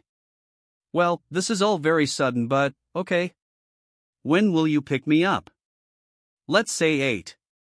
That gives us an hour after dinner to get ready. What should I wear? Where are we going? That's a surprise, I said, winking. Just dress warm, we'll be outdoors. Got it. Giggling up a storm, Bulma walked away, either to daydream about our date or get back to her father, I couldn't tell. Smiling after her, and admiring the view from behind, I turned and entered the room. It was bare, about 100 feet in diameter, just an empty half-sphere with recessed lighting and a reinforced tile floor. I found the control panel on the far wall and worked out how to use it simply enough. Taking a deep breath, I turned the dial to 10x Earth and hit the activation key. For the first time in my life, I had to struggle just to stand up straight. It probably didn't help that I was still wearing weighted clothing, but I was never one to back down from a challenge. I took a minute to do some simple stretches, feeling the burn of exertion just from these simple movements. With a grin, my Saiyan blood pumping hot in my veins, I started to train. I spent the next 10 hours training, alternating between an hour of effort and an hour of meditation and cool down so I didn't collapse. I spent 3 of the working hours doing calisthenics as advanced as I could handle with the added gravity, and 2 sparring against a multiform. I had managed to tune the technique so that we were a 40-60 split instead of dead even. I had hopes that fighting an opponent stronger than me, even if it was just a key clone, would activate the Zenkai boost aspect of my DNA. The meditation was spent practicing my ki healing on myself and trying to expand my senses, so I could feel further and in more detail. I could already generally sense the planet at large, but I wanted to be able to follow the path of an ant on the opposite side of the world. I also guided an energy ball up, down, and around the room, keeping it slow and controlled rather than letting it fly fast as it could. At 6, I came out of the gravity chamber, stinking to high heaven but with a smile on my face. I'd gotten a lot of good work done. I already felt lighter in normal Earth gravity. A few months of pushing myself, upping the gravity whenever things got too easy, and my power level would soar. I might just pull a whiz and win the World Martial Arts Tournament with one finger. I was already stronger than Raditz. Just how far could I climb before my dear brother showed up? I had about 12 years before the events of Dragon Ball Z kicked off. That was a lot of time to train, especially armed as I was with the truth of just how high I could go. I wasn't saying that I'd reach God of Destruction level before the alien invasion started. But there was no reason not to try, right? Though I might need to use a wish to make ki from this planet undetectable, lest I attract unwanted attention should I climb too high. Speaking of wishes, would the archive have information on how to upgrade the dragon statue in Kami's lookout so we could get more wishes from Shenron? I still yet to spend much time with it, Bulma and Briefs hogging it for the most part. I also wanted to look up key techniques. I was especially interested to see if there was some way to beat the bad out of bad guys. Some technique that would banish the evil from a person's soul without splitting them like Kami had with Piccolo. That would definitely come in handy facing off against the villains of the universe. After all, the best way to defeat an enemy was to make them your friend. I had plenty of time to worry about all that. What I should be focusing on now was my date with Bulma. I showered and created clothes a bit fancier than my usual training uniform, a button-up and jeans. Panchi commented on how handsome I looked as the 4 of us sat down to dinner. I blushed and accepted the compliment, though the woman whose opinion I really wanted had to keep silent lest we give ourselves away. It kind of sucked, having to hide our relationship. But it also made it feel naughty and hot, so I was okay with it. After dinner, I checked with the kitchen to see if they'd prepared the package I'd asked for that morning. They had, and so I waited until the appropriate time before flying up to Bulma's window and knocking on the glass. "Goku?" she asked, opening the portal. I grinned. Would my lovely lady care to be swept away for a romantic picnic beneath the stars? Her face lit up. I would love that. The picnic basket held safely by my tail, I held out my arms and helped guide Bulma into the bridle carry we normally used when flying. Once she was secure, I turned us toward the mountains and sped off, Bulma shrieking as I accelerated faster than I ever had before.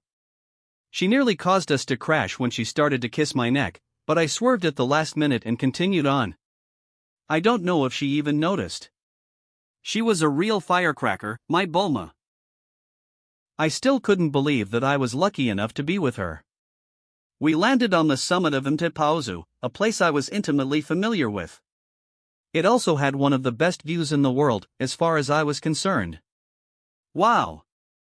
You can see for miles. And there's so many stars in the sky, Bulma gaped as I set up the picnic blanket. I thought you'd like it. Now, which would you like?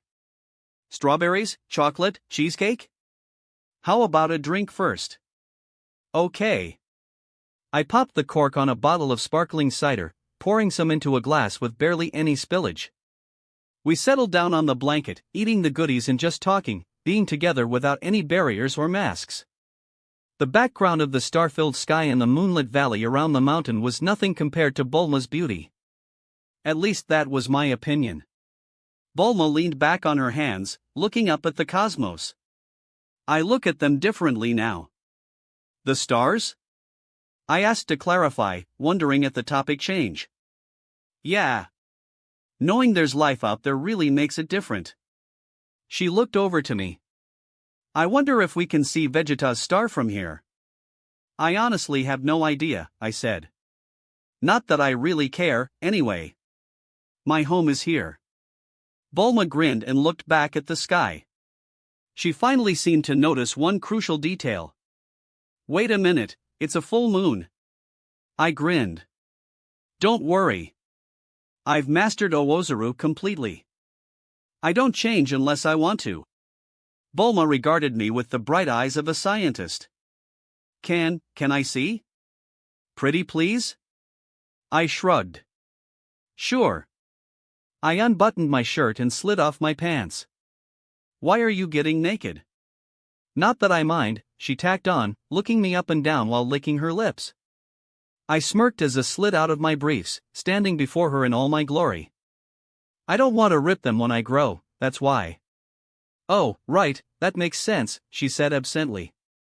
Wow, you're really a grower, not a shower, huh? I blushed but didn't cover myself. Hey, give me a break. It's cold. And I'm only 13, I'll remind you. Please don't. I feel like a cradle-robbing perv when I think about it. Then I look at you and you're just so manly I forget. I chuckled. Then I focused and looked up at the moon. I relaxed the steel control I'd kept on the slumbering giant inside me just a tad, letting him come to the surface and reform my body. But I maintained my will, my ability to reason, my suppression of my full power. I would not give those up to him. In seconds, it was done, and I was large enough to fit Bulma in the palm of my hand. Ta-da! I said, waving my hands and tail down at my girl. Wow! That's amazing! Bulma gaped. Makes no sense from my current understanding of biology, but it's cool. I shrugged. Yeah, I guess. But it's also dangerous. Most Saiyans, from what I can tell, never gain this level of control over it. They turn into mindless berserkers. Yeah, but you're special. I rubbed the back of my head. I'd say I'm just more stubborn than is good for me. She shook her head. Humble to a fault. You can't even take a compliment, can you? I just don't want to let it go to my head. I'm not better than anyone else. Stronger, faster, nicer, maybe. But not better. She smiled gently up at me. Turn back now. You're too big to kiss. I shrunk back down, rejecting the Blutz waves with an effort of focus, until I stood naked before her in my base form. While I'd been changing, she'd slipped out of her clothes. Her nipples were peaked from the cold, and she shivered as much from the air as my lusty gaze. I tackled her, wrapping her in my arms and tangling the blanket around us, brushing the basket off into the distance to worry about later. I never did end up returning that blanket. I kept it as a memento of the night Bulma saw me as a monster and looked at me with love in her eyes still. The months passed in a blur of training, stretching my limits to the breaking point and then doing the exact same thing the next day, only with the difficulty raised. I took one day off a week to give my weary body a chance to rest, which wound up becoming date night. Bulma usually left them up to me, and I'd come up with simple gestures that took advantage of my powers to arrange. Every now and then, though, she took me out on the town and spent money like it came from a board game, and I enjoyed life as a trophy boyfriend to a billionaire's daughter. Movie premieres, fancy parties, concerts. And I only embarrassed her about 1 time out of 3. Every now and then, though, I took a break from training to go on field trips, as I like to call them. I wandered through the Diablo Desert, waiting for Yamcha to take the bait. I could sense that he was close by, hiding behind a sand dune behind me. I'd packed a backpack and filled it with rocks to give it a bulging appearance, to make me seem like a juicier target. Now I just had to wait for him to come at me. Any minute now. Just give it a second. Right about now. Halt! Yamcha shouted, riding in on a hoverbike, leaping from it to stand before me, Por hovering behind his shoulder. Finally, I muttered to myself. Took him long enough. I am Yamcha, the desert bandit. Hand over your valuables and nobody needs to get hurt, the teenager demanded, getting into an aggressive stance. I shrugged off the backpack. Yeah, about that. I don't have anything on me. I do have an offer for you, though. The thief's eyes narrowed. Oh? What's that? We fight, right here and now. You win, I'll give you 1,000,000 zenny. I win, you train with this guy I know and we have a rematch at the World Martial Arts Tournament. Oh, and you give up the whole bandit thing. And Poor teaches me how to do the shape-shifting technique. The anthropomorphic flying cat tilted his head. How did he know? Who cares? I'm going to take his money and then his life. You're on, kid. I nodded, and as my head was down he struck. Wolf Fong Fist. I channeled ki throughout my body, and he went from speeding at me to moving in slow motion. I walked forward, tilting my head to avoid his fist, and gave a light jab to his solar plexus. His forward momentum met and overcome, Yamcha fell to the sand.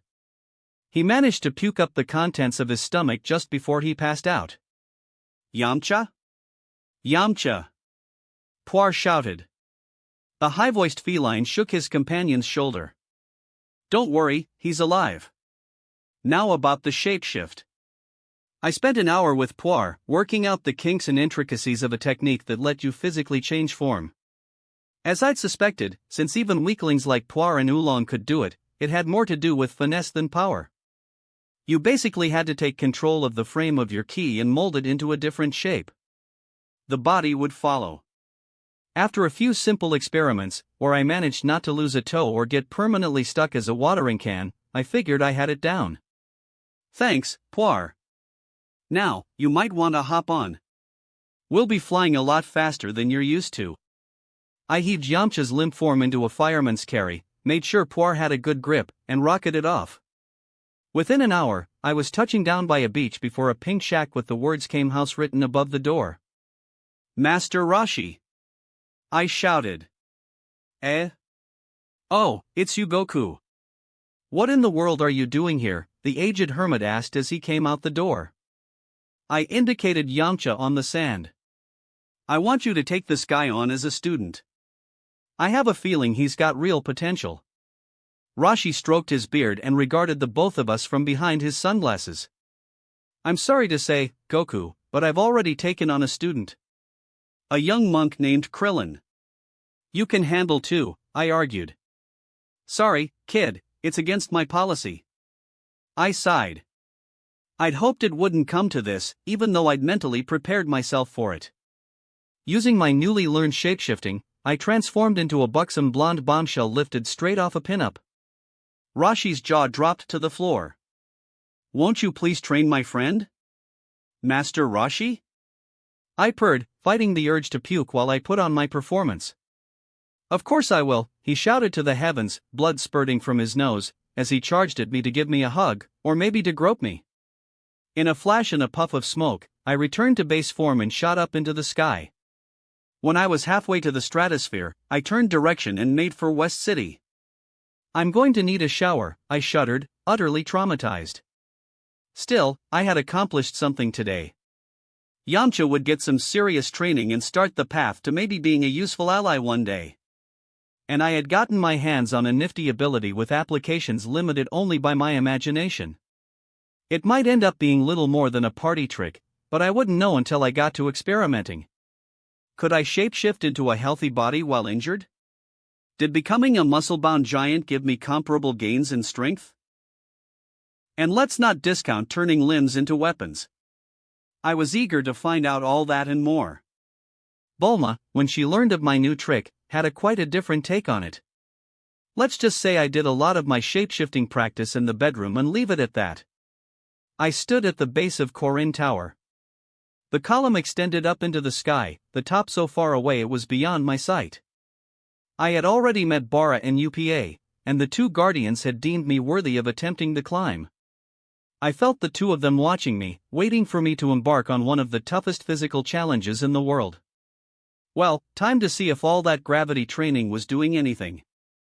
I clicked a stopwatch, and then I powered up to my max and took off. I started off by jumping up, making it a good 100 feet before I got close to the tower. Then it was climbing, foot then hand, foot then hand. I moved as fast as I could, fighting against the resistance of the wind and the pull of my weighted clothing. My blood roared in my ears as I energized every cell of my body with ki. I kept at it, never relenting, until I finally reached the top of the tower and climbed onto the entrance platform. I powered down and checked the stopwatch. 4 minutes 50 seconds, I read. I'll have to do this again when Bulma makes those gravity belts. It's a great workout, I mused, catching my breath after the intense exertion. I was already up to 30x Earth's gravity in the chamber, so the day-long climb for most was just a quick sprint for me. I climbed higher into the guts of the tower until I reached the main floor, where I was met by a white cat with a walking stick. He was sweating buckets and seemed to be cowering before me. Are you okay?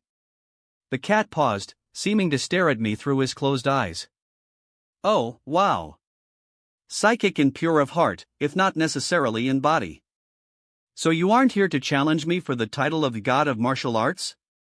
I shook my head. No. I'm here for 3 things. A few senzu beans, the ultra-divine water, and a lesson on mind reading. Corinne frowned. I'll give you the beans. I have dozens of them saved up, no harm in giving you some. But the ultra-divine water is far too dangerous. I won't allow you to throw your life away drinking it. And it takes years and years of meditation to even begin to peer into the minds of others. I shrugged. I'm not asking for you to let me stay until I get the hang of it, just point me in the right direction. And as for the water, if I promise not to drink it, could I at least get a sample of it? Corinne rubbed a paw along his nose. Oh, that's clever. You're going to have your lady friend use that gift from Shenron and the DOS I give you to recreate it or even improve on it. Well, best of luck, but not everything can be broken down by mere science. With your vow not to drink the actual ultra-divine water, I'll agree to give you a drop. As for the knockoffs, that'll be at your own risk. That sounds reasonable, I agreed. As for telepathy, I suppose there's no harm in covering the basics. I got a very confusing lecture on retreating inwards while also looking outwards, how the mind was the most complex thing in the universe, and many other platitudes and bits of wisdom, but I managed to get the gist. It required a truly daunting amount of focus and willpower combined with delicate spiritual awareness, but mind reading was the art of sensing the structure and makeup of a person's ki and the millions of tiny fluctuations in it to make out or hear their stream of consciousness. Corinne was right, it could take years to develop a knack for doing it, let alone mid-combat. But I was determined to know what my opponent was doing almost before they did. You couldn't put a price on the advantage that would bring to a fight. With a bow of thanks, and with a bag containing a handful of beans as well as a corked vial, I jumped off the edge of the tower, switching to flight before I reached the ground and returning to my home at the Briefs mansion. Hopefully Bulma would find a way to mass-produce senzu beans and work out the precise function of the ultra-divine water. A way to instantly heal from damage would speed up my training exponentially, and I was curious about the water and its power to unlock potential. Every little bit helped in my quest to become the strongest being alive, after all. Bulma, you're being a little overprotective. I'll be fine. No, she shouted, standing between me and the archive. I won't let you run off and get yourself killed.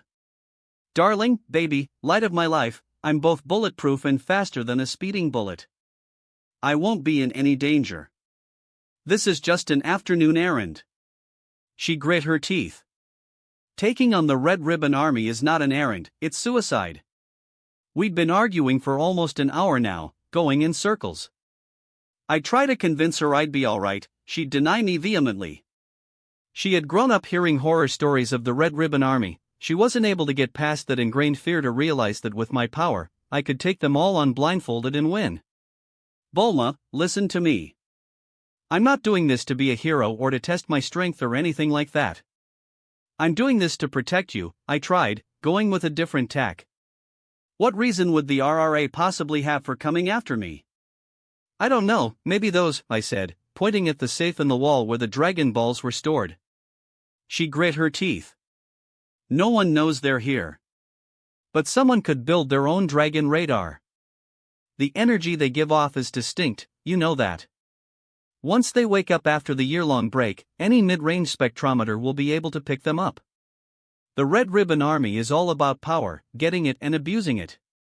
The odds of at least one of the higher-ups knowing the legend and coming after them at some point are really high. I frowned.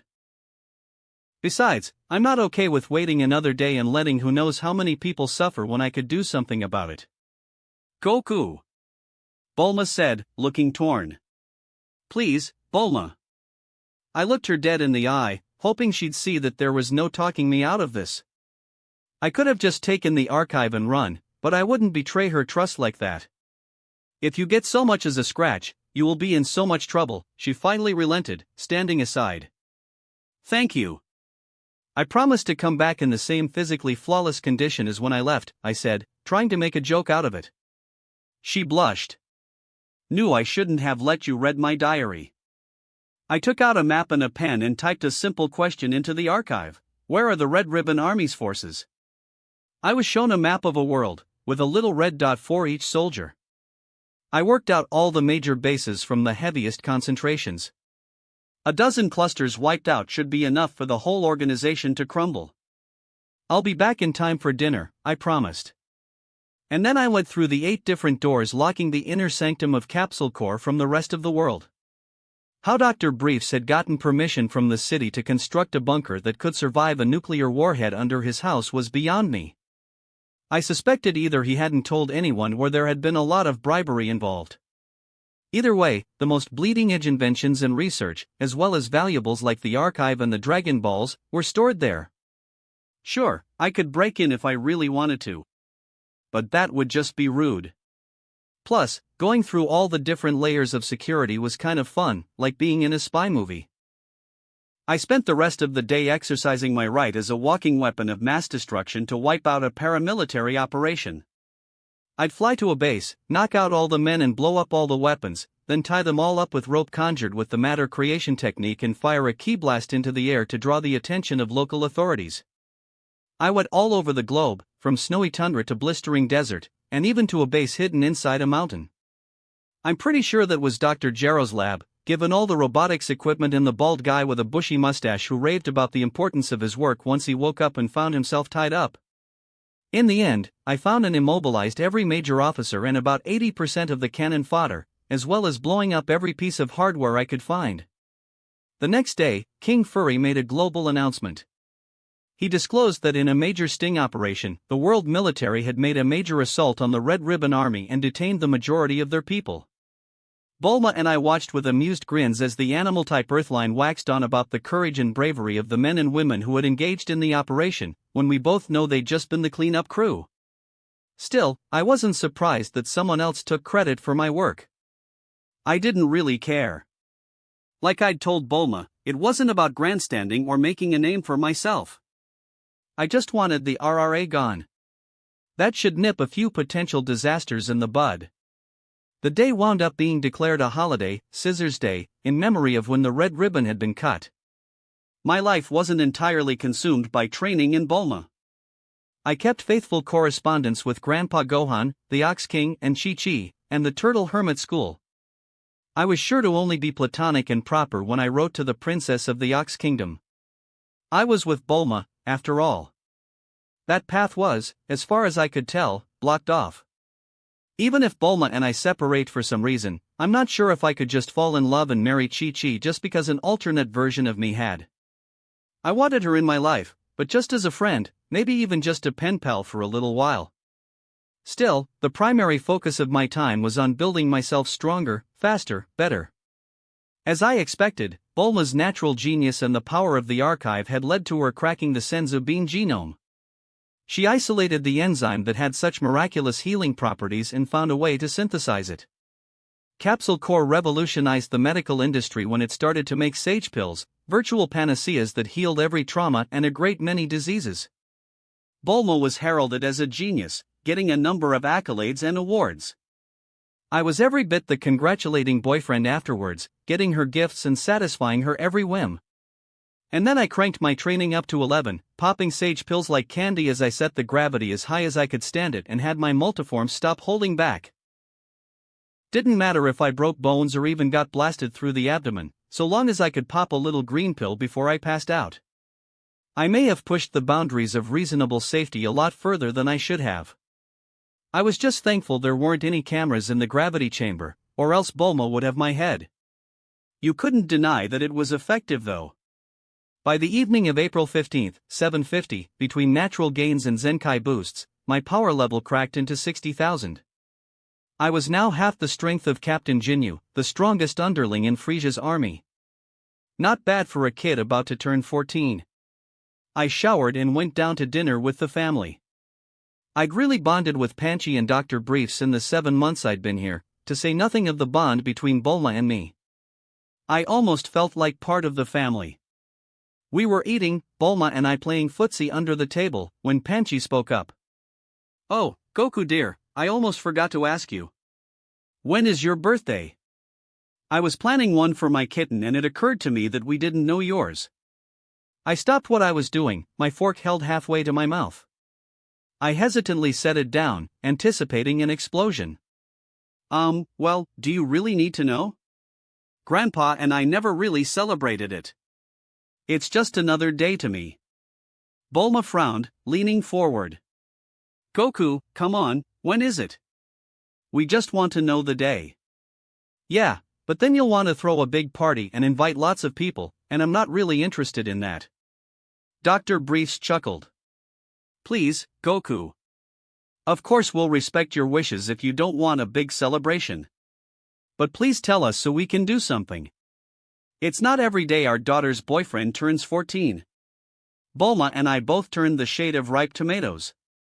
"You know," she screeched as only a teenage girl could. "Bulma, honey, your mother and I aren't blind. We see the way you two look at each other.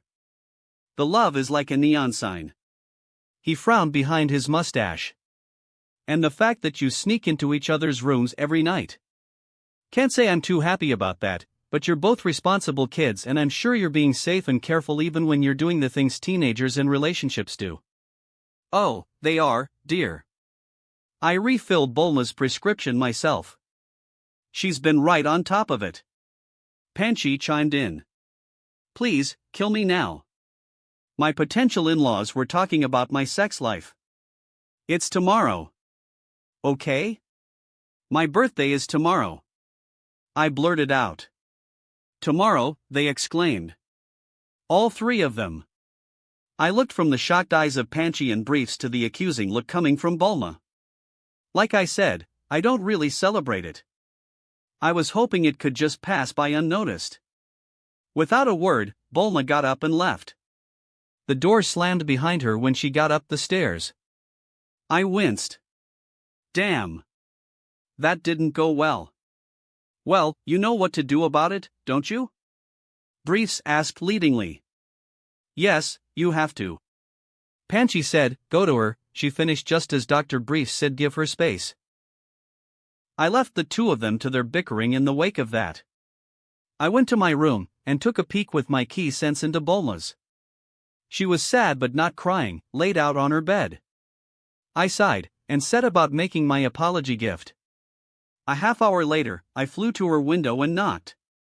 It took a couple minutes, but she got up and came over open the window. "What?" she asked in a dull, I do not care at all tone. I winced. It was worse than I thought. "I'm really sorry. I didn't think about how you would feel about me hiding it, I was just selfish and wanted to avoid a big fuss." Apology accepted. "Anything else?" she asked, clearly still fuming. I brought my hand from behind my back to offer my present. "Yes. Will you accept this, as a token of my love?" She blinked and focused on what I was holding. "Is that what I think it is?" I rubbed the back of my head. "Well, people say you should get a girl roses or diamonds." I decided to do both. She took the crystal bloom from me, regarding it. A stem, 2 leaves, and a blossom with full petals, all clear as glass and sparkling in the light. "Where did you even get this?" "A stone big enough to cut this from would go for billions." I shrugged. I can make cloth out of ki, why not rocks? Very pretty rocks, but it's still just a rock. I only took so long because I had to practice getting the cut just right. There's a few dozen carats of diamonds just laying on the floor of my room right now. She broke out into giggles. Goku, you are too much. Too much like I forgive you for being stupid too much? I asked pleadingly. She sighed. I don't like it when you keep secrets from me. I winced, but she didn't notice as she continued. I already feel unbalanced in this relationship. You're just so powerful. I can't fight, I can't fly, I can't do ki magic. If you wanted to leave, there's nothing I could do to stop you. So when I find out you're hiding things from me, it makes me worried you don't trust me, that I'm not really important to you, that I can't hold you to me. I sighed and floated into her room. She stepped aside to let me. Bulma. I could never leave you. You think I have all the power here, but you have a hold on me like you wouldn't believe. Really? How? She asked. Your smile. Your laugh. Your brilliant mind. The way you play with your hair when you're thinking. The way you say my name when we're alone together. I smiled and leaned in to kiss her cheek. She allowed it, and that right there was all I needed to know the worst was behind us. Neither of us are perfect, Bulma. But we're perfect for each other. I'm the brawn and you're the brains. I'm the yang and you're the yin. I love you, and I'll never stop loving you. I'd said it before, and meant it, but this was the first time I really put myself out there, got really vulnerable, and let her see all the emotion behind those 3 little words. She smiled, even with tears in her eyes. I love you too, Goku. Even when you're a real idiot. Huge idiot, I agreed. I promise not to keep something like this from you again. I took a deep breath and sighed. And that's why I need to tell you something. We sat down on her bed, and I explained the truth. How I'd died, and then been selected for something called replacement reincarnation. How I'd seen the life of the original Goku in my mind like a year-long movie, and then woken up at the start with those memories intact. How I'd slipped into the shoes of Goku, taking over his life, even though I wasn't really him. I talked and talked, until there was nothing left to say. Bulma sat there, processing everything. Then she nodded. Okay. I blinked. Okay? That's all you're going to say? I asked the archive who my perfect match was. The answer wasn't Son Goku right away, it was Sol 4829A1826M06A3Q0175G. You. Whoever you were, whoever originally inhabited the body I'm talking to, the answer was you. So yeah, I'm saying okay. Because it doesn't matter how you got here, just that you're here now, with me. Bulma, you're amazing. She smirked wryly. Well, I've been diving into the collective knowledge of the cosmos every day for months. I was bound to mature at least a little, get some perspective. I actually tried to look up love in the archive once. There was a lot of philosophy and a bunch of data on oxytocin and hormone balance, but no real answer. So if even a magical computer from a dragon can't define it, maybe I should just trust these feelings I have for you even if I can't explain them. I hugged and kissed her, because what else could I do?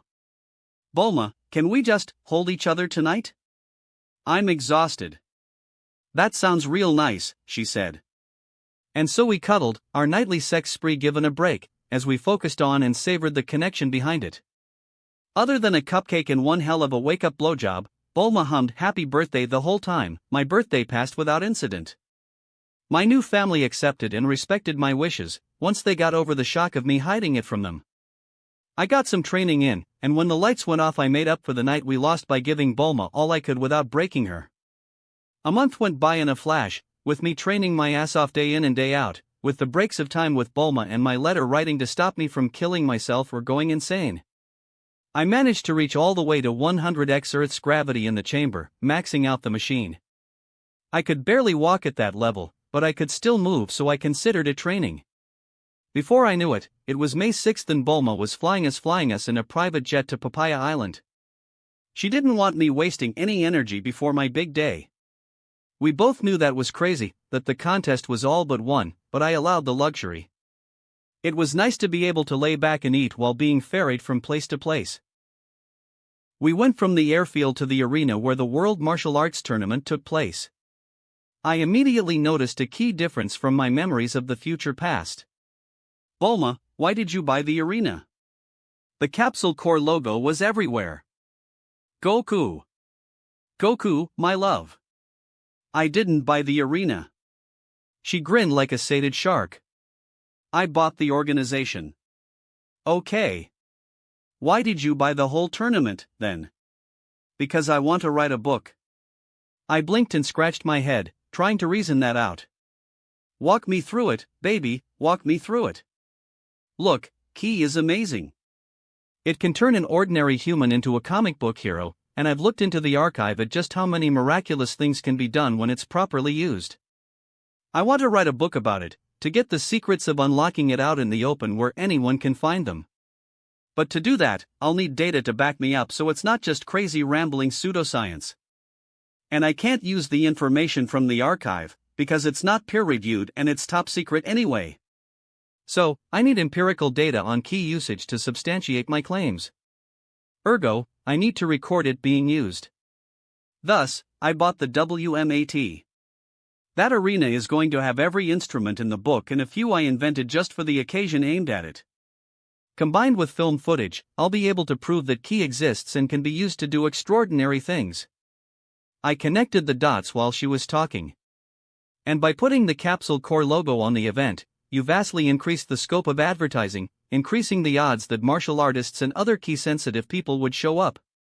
And you'll be able to do the same thing with every tournament going forward, guaranteeing a steady stream of data. I won't even mention all the profits to be made from tickets and broadcasting. You know me so well, she purred. Make sure you put on a show for the cameras. For all we know, you'll be the only one here that can use it. Trust me, I won't be, I said. The Turtle Hermit School are here. Roshi must at least have taught them the Kamehameha wave like Grandpa taught me. I blinked and turned. Speak of the devil. Goku. Grandpa Gohan called, walking over to me through the crowd. Behind him lumbered the Ox King with Chi-Chi perched on his broad shoulder. It's so good to see you. I embraced the man who'd raised me, taking comfort in his familiar scent. It's great to see you too. I didn't know you were coming. Well, I figured I could take a break from my hermitage to cheer you on. And wouldn't you know it, I ran into an old friend. I believe you've met the Ox King, Gohan said, waving at the giant of a man behind him. Yep. The castle doing okay, I didn't miss any fires, did it? Not at all, young hero. We're still cleaning out all the soot, but the castle is as grand as when we left it. We still cannot thank you enough for what you did. The Ox King only had 2 volumes, loud and louder. Hi, Goku. Chirped Chi-Chi, blushing and hiding a bit behind her father's head. I smiled up at her, unaware of Bulma looking between us. Hi Chi-Chi, you going to compete? No, just going to watch with Daddy and Uncle Gohan, she said, almost stuttering in her nervousness. I tried not to wince. Guess I hadn't managed to avoid her crushing on me. Then again, I had given her back her childhood home by making a tornado out of thin air. That was a pretty heroic thing for a 12-year-old to witness and be impressed by. Well, see you tomorrow. We'll just pop off to the hotel. We'll be cheering you on. Grandpa said. Bye, you guys. Thanks for coming, I said as the 3 walked off. So, in another life, that little girl would have been the mother of your children, Bulma stated neutrally. I winced. Yeah. The real Goku promised to marry her, having no idea what marriage was. When she confronted him on it years later, he caved and agreed. He wasn't a good husband or father, truth be told. He was pretty much an absentee bum, just another kid for her to look after. Well, that won't be happening this time around, Bulma stated decisively. Far down the line when we start having kids, I'm sure you'll be a wonderful father. I blushed so red my cheeks burned. Be Bulma. What? It's true. Well, I'm sure you'll be an amazing mother. Naturally. There was no winning with her, and I kinda liked that. Guess we were perfect for each other. I walked up to the registration table. The staff gave me a little trouble because of my age, but then Bulma stepped forward with her "I sign your paycheck" face and got things sorted out. I was put down on the rolls and ready to fight tomorrow. Ah, Goku! There you are. I thought we'd be seeing you here, said Roshi, coming up behind me. Both he and his two students were dressed in snazzy suits, while I was in my usual training uniform of a GI, weighted undershirt, pants, armbands, and boots. Per Bulma's advice, I'd gone with shades more complementing to my skin tone, so my top was blue and my bottoms were cream. Nice to see you, Master Roshi. Grandpa Gohan and the Ox King are here too, if you want to go meet them. Oh, really? I just might do that, have a little reunion with the old pupils. But right now, I got to get my current 2 into this here tournament. Yamcha struck a most muscular pose. I've gotten way stronger since the last time, kid. You won't be one-shotting me this time. Well, you do seem confident, and confidence is key, I said, trying not to tease but unable to help myself. I was close to cracking 100k in power level and he was barely over 100, from what I could sense. He couldn't hurt me if he tried. Sure, he was strong as 10 men, and would probably get to the quarterfinals, but against me he had no hope. A kid just as short as me looked me up and down. He was bald beneath his fedora, and had 6 incense burns on his forehead. So, you're the Goku I've heard so much about. And you must be Krillin. We shook hands, he trying to squeeze my grip. I didn't even tense, and he's the one who came away wincing. My muscles and tendons were like steel cables. Good luck tomorrow. I hope to see you in the top 8.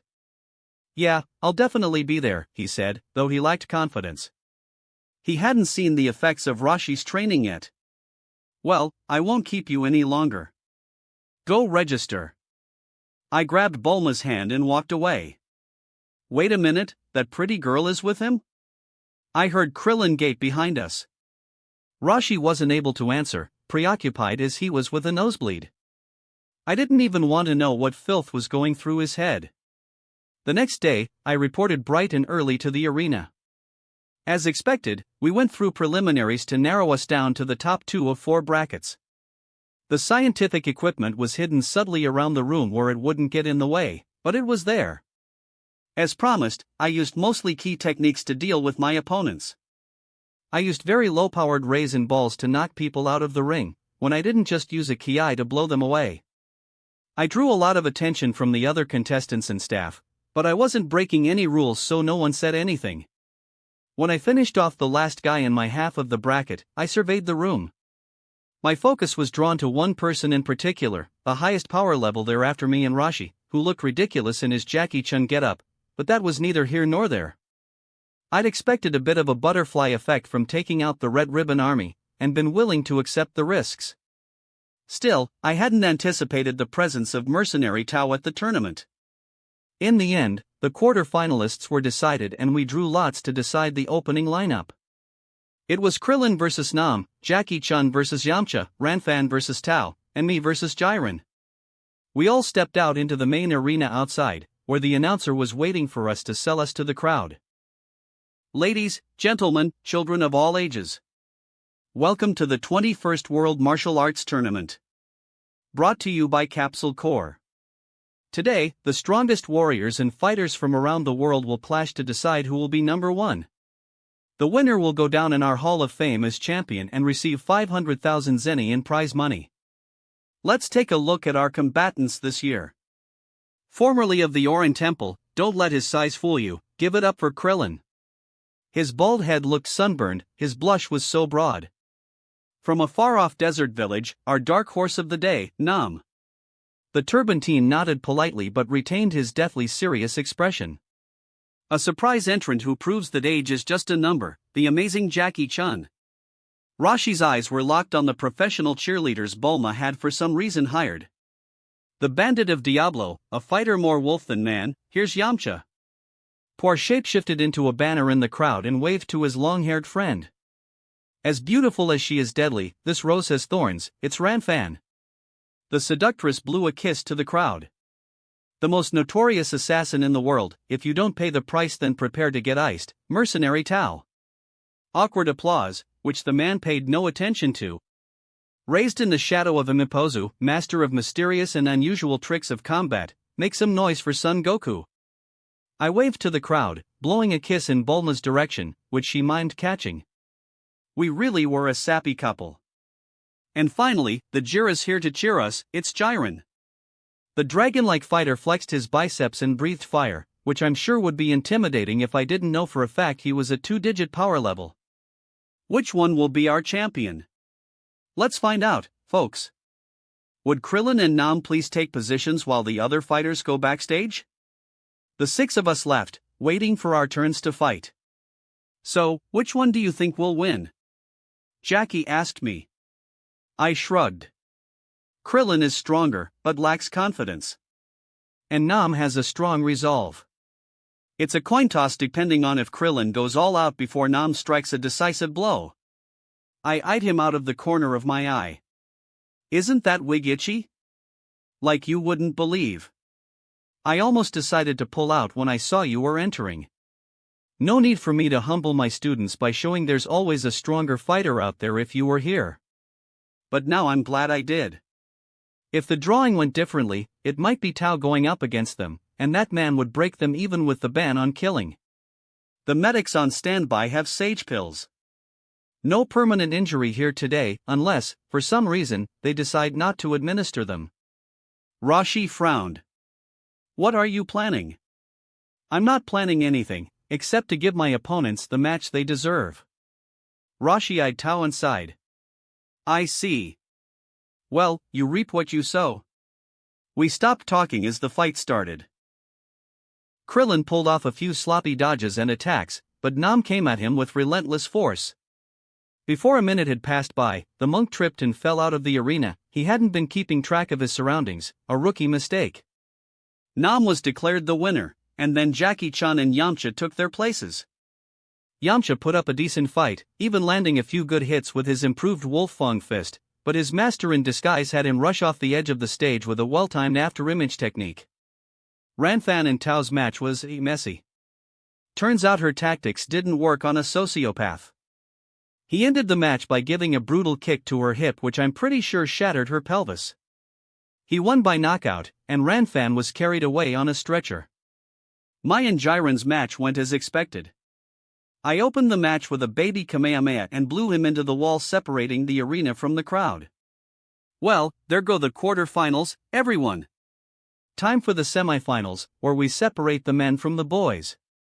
First match, Nam vs Jackie-chan. Roshi and Nam gave a very good showing, but the centuries of experience paid through. Nam was beaten after his cross-arm dive failed to connect. Roshi caught up with Nam after the fight, revealing that water in the city was free and offering a large storage capsule. I grinned at the nice gesture, wishing the young man well in life, before focusing on my own opponent, the infamous mercenary Tao.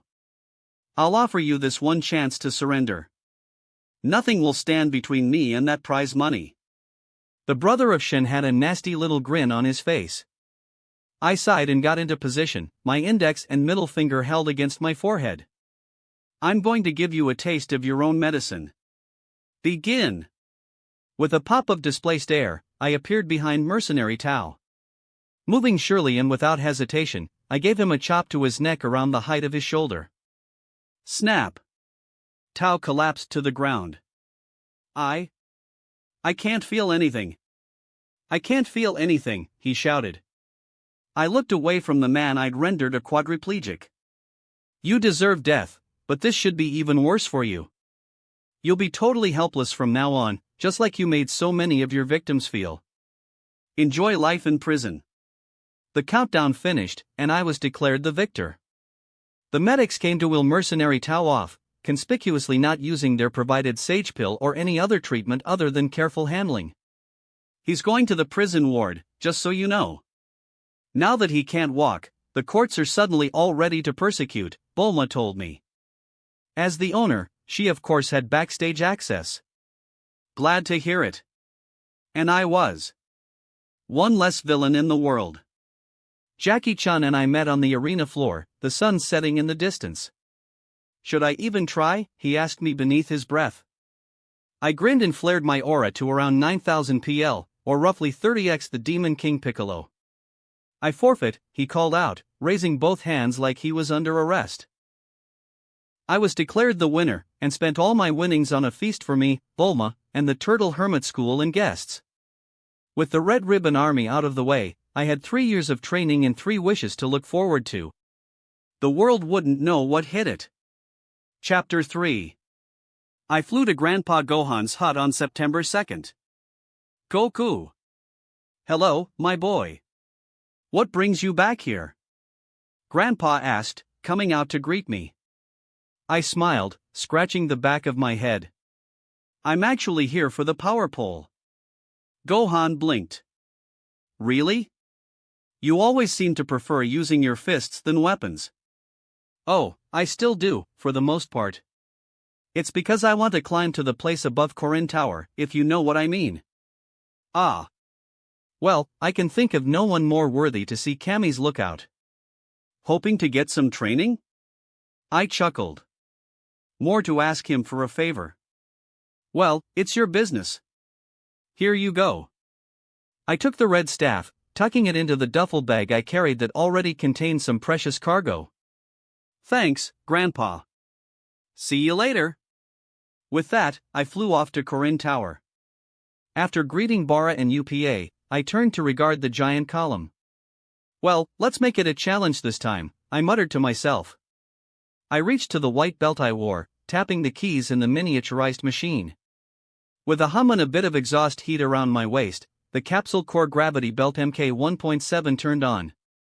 After upgrading the original chamber to go up all the way to 500x Earth's gravity, Bulma had a billion zeni idea. Gravity belts became the new fitness craze almost overnight. Just walking around town or doing chores around the house could turn into a workout. Gravity gyms with reinforced equipment would soon be available for the real serious athletes of the world. Most people considered 2x to be the maximum, and there were safeties built into the standard models to prevent from going over 5x. I, on the other hand, got my own unique version special. It could go up to 25x Earth's gravity, was portable, easily charged, and didn't even clash with my normal outfit.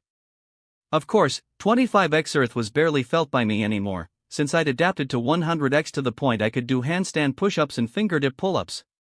But that was when a handy technique I'd fished out of the archive came into play. Mass magnifier, I said, focusing my key in a specific way.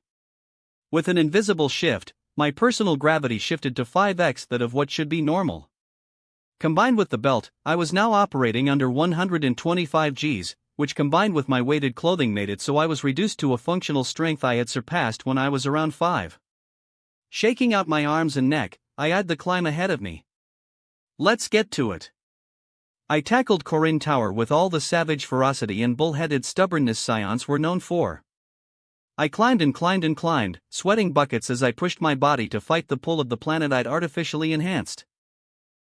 More than once I was tempted to stop to catch my breath or turn Ozaru and make it easier. But that would be quitting or cheating. Quitters never win, and winners never quit, cheaters never prosper. Bumper sticker sayings, but they were true.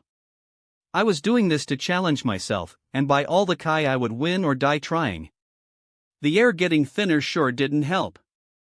But I kept at it, ascending mile after mile straight up.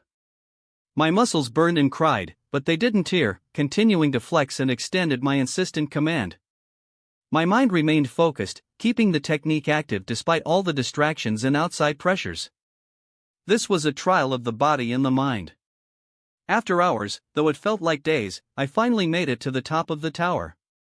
I flopped onto the floor on my back, sucking in oxygen like it was, well, oxygen. I let up the mass magnifier, which immediately provided relief. I hit the off key on my belt, and suddenly I felt light as a feather. With shaky hands, I reached to the container around my neck. With the press of a button, a sage pill popped into my hand. I brought to my mouth and swallowed. Seconds later, I felt a rush of vitality and wellness surge through my body, vanishing every ache and pain.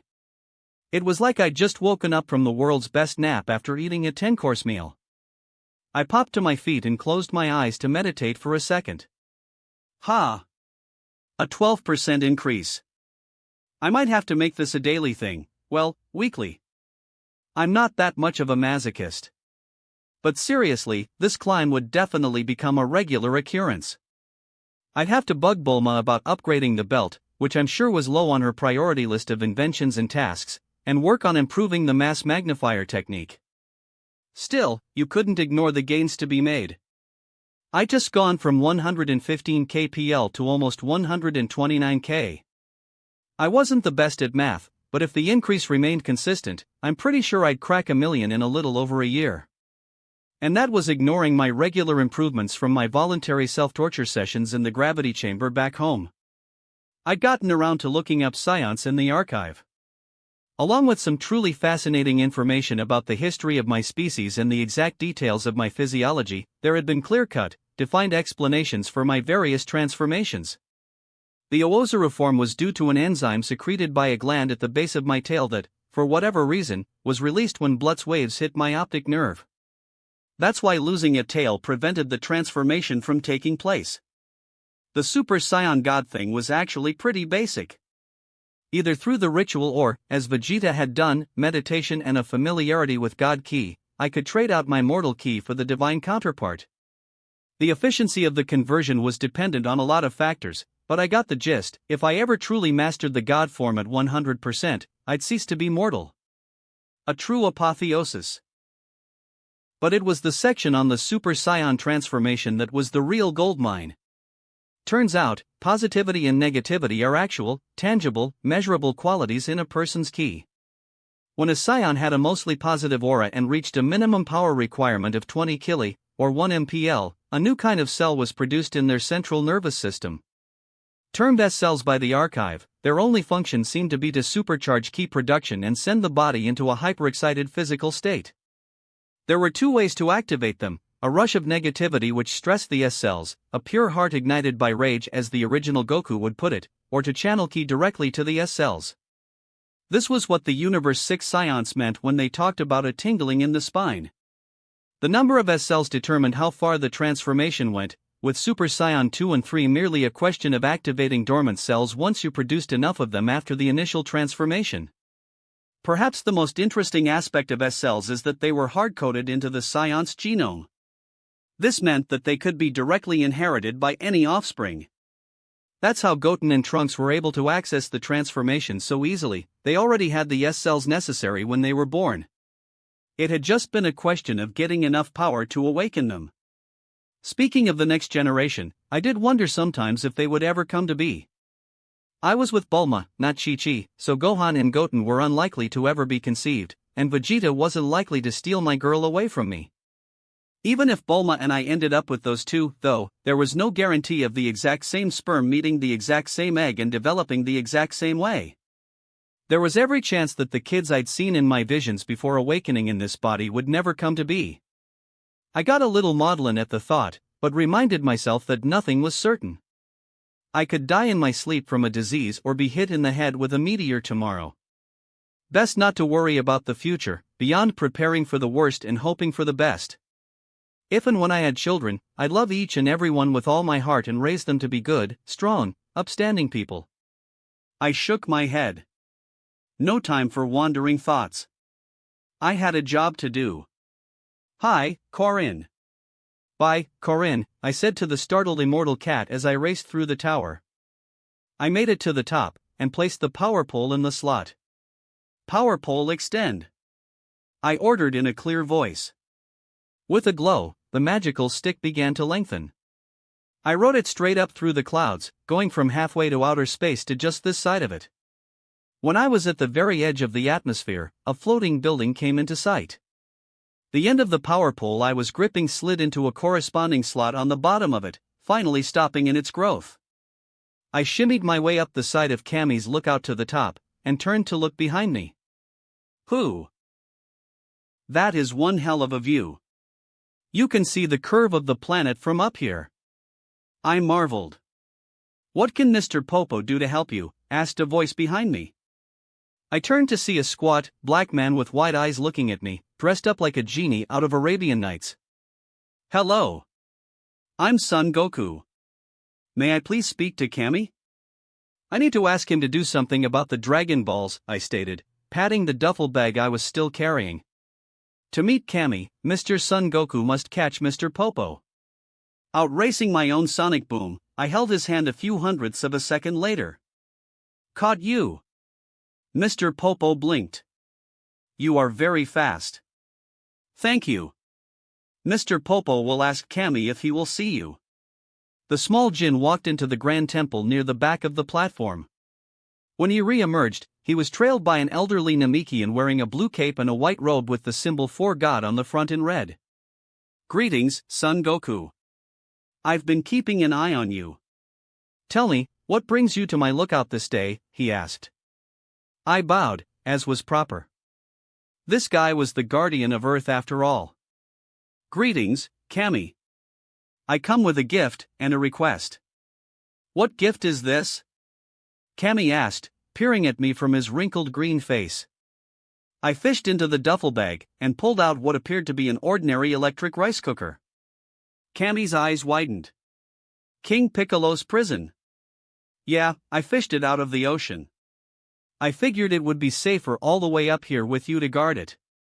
And when I finally take the time to learn some kind of evil purifying technique from the archive, you can merge with him and I can use it on your combined form. That way you'll be way stronger and still pure of heart. Kami leaned heavily on his walking stick. I would rather never risk such a thing, but I can see the logic behind your reasoning. If ever there comes a time when I am absolutely sure of your success, I will allow it. Now, what is it you ask in return for returning to me my darker half? I pulled a sheaf of papers out of the bag, leaving only the 7 Dragon Balls left inside. Here's all the information the archive had on Dragon Balls, the dragon statue, and how the original Namekians made them. I want you to try and upgrade Shenron so that he can grant 3 wishes instead of just 1. Kami narrowed his eyes at me. Is 1 a year not enough for you? You already plan to hoard them. Now you desire to have even more power with each summoning? I frowned back at him. You know that I'm not going to be selfish. These wishes are going to help the world. Forgive me.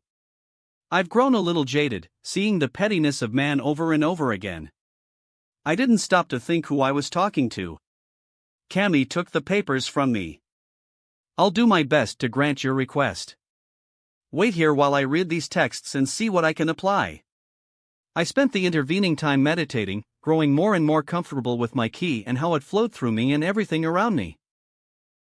I was broken from my quiet reflection when I felt a pulse of energy from the Dragon Balls.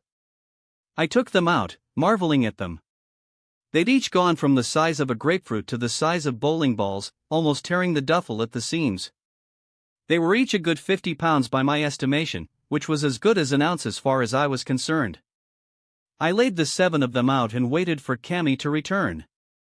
It is done, as I'm sure you can already tell. As a precaution, I have made an addition to the activation spell.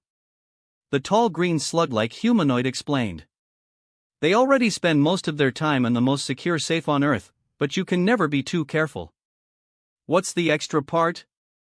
Kami carefully sounded out a string of what to me were nonsense syllables, but I could tell were actually his native tongue of Namekian. It means I am a friend. I hope this is not too much trouble. No, it was a good idea. I took a deep breath. Well, here goes nothing. Feeling grandiose, I raised my hands over my head. Asterisk asterisk asterisk asterisk. Arise Shenron, and grant me a wish. The balls grew to a painfully bright luminescence, and as it had a year ago, the form of Shenron emerged from the light and twisted to face me. You who have summoned me, I will grant you 3 wishes. It eyed me with its burning red eyes, waiting for my requests with an endless patience. I let out a breath. Bulma and I had thought long and hard about what to wish for. We'd come up with a ranked list, just in case Kami wouldn't be able to increase the wish count. I mentally prepared myself to change the world and spoke. I wished that the Earth was protected from any and all extinction-level events. Shenron's eyes glowed. Your wish is granted. There, now a gamma ray or asteroid or rogue key ball wouldn't wipe out all life on the planet. I wish that the key signatures from this solar system were hidden from the rest of the universe. That way, my transformations wouldn't attract the eye of the PTO or Beerus ahead of schedule. Your wish is granted. I licked my lips and went for the big one. I wish that every person on Earth will have their basic needs for food and water met from now on. Shenron nodded. Your wish is granted. The dragon dissolved into light while the dragon balls rose into the air. I braced myself and caught all 7 of them almost before they launched away. It pays to be the fastest person on the planet. I turned to Cammy. There. A shield, an invisibility cloak, and a breadbasket for the planet. Trust me now? The fellow alien smiled at me. Indeed, I do. The next year dissolved into a blur of hard training, with brief, commercial breaks of time with Bulma or my other friends. True to my vow, I climbed Corinne Tower once a week, coming up with new and exciting ways to make it challenging. I raced multiforms, or had them throw attacks at me that I had to dodge, or tied rocks with their own gravity belts to my back and legs to make the weight even worse. And the rest of the time, I was in the gravity chamber. I sparred multiforms as well as robotic drones Bulma had invented for me. I had to restrain myself a great deal in order not to break them, but fighting them at their level allowed me to practice my technique and hone my abilities as a fighter. It wasn't enough to just be stronger and faster, I had to be better trained, have more body wisdom. Bulma managed to upload the drones with every martial art in the archive, so I got to fight a great mixture of styles and tactics. When I wasn't doing that, it was simple, brutal workouts at maximum tolerable gravity. I'd push myself until I could barely move or even breathe. And then it was time for a sage pill, and I picked up right back where I started. Bulma got so worried for my health, she set time limits into the chamber, so I could only be in it a maximum of 12 hours a day. It was just as well. I needed to rest, give my body time to catch up with its own progress, as well as work on my meditation and maintain my relationships. I still kept up date night with Bulma, I enjoyed family dinners with Panchi and Briefs, and I paid visits to the Turtle Hermit Gang and the Ox Kingdom. Speaking of, Krillin and Yamcha were still hard at work beneath Master Roshi's tutelage. With the help of gravity belts, the two managed to outpace Master Roshi's power level by a wide margin. The old master was incensed that his students actually managed to surpass him, and took up training himself anew. Within a few months, he was back to a base form of his buff, full-power self. I had fun hanging out with the 3 and giving them sparring practice. Krillin and I would never share the bond of spending months together like he and the original Goku had, but I considered us friends. Yamcha, in a bizarre twist, ended up dating Launch. She had desensitized him to his fear of women, and he somehow found both sides of her personality charming in their own ways. The two were very happy, from what I could tell. When I brought up Launch's condition with Bulma, she insisted on flying out and running some tests.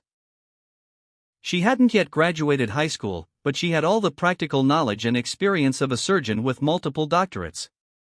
Bulma wound up isolating the cause of Launch's split personality.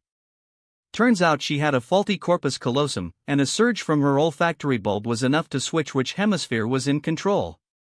Bulma came up with a cure within a week, and a newly green-haired Launch thanked her for giving her stability for the first time in her life.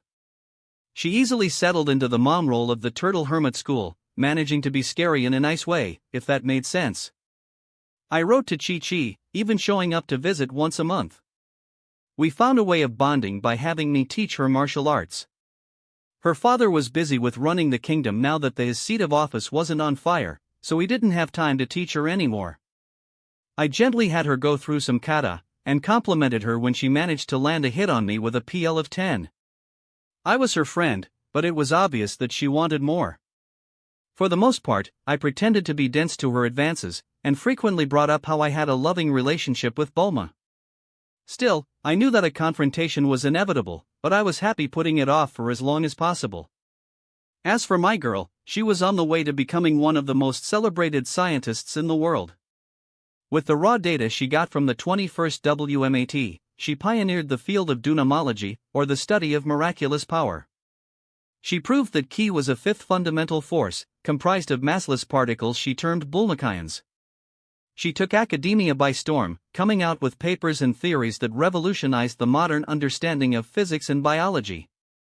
Combined with the advances in mathematics, engineering, and computing taken from the archive that Dr. Briefs happily let her take credit for, Bulma was set to go down in history. For my 15th birthday, I took the day off to spend it all with Bulma.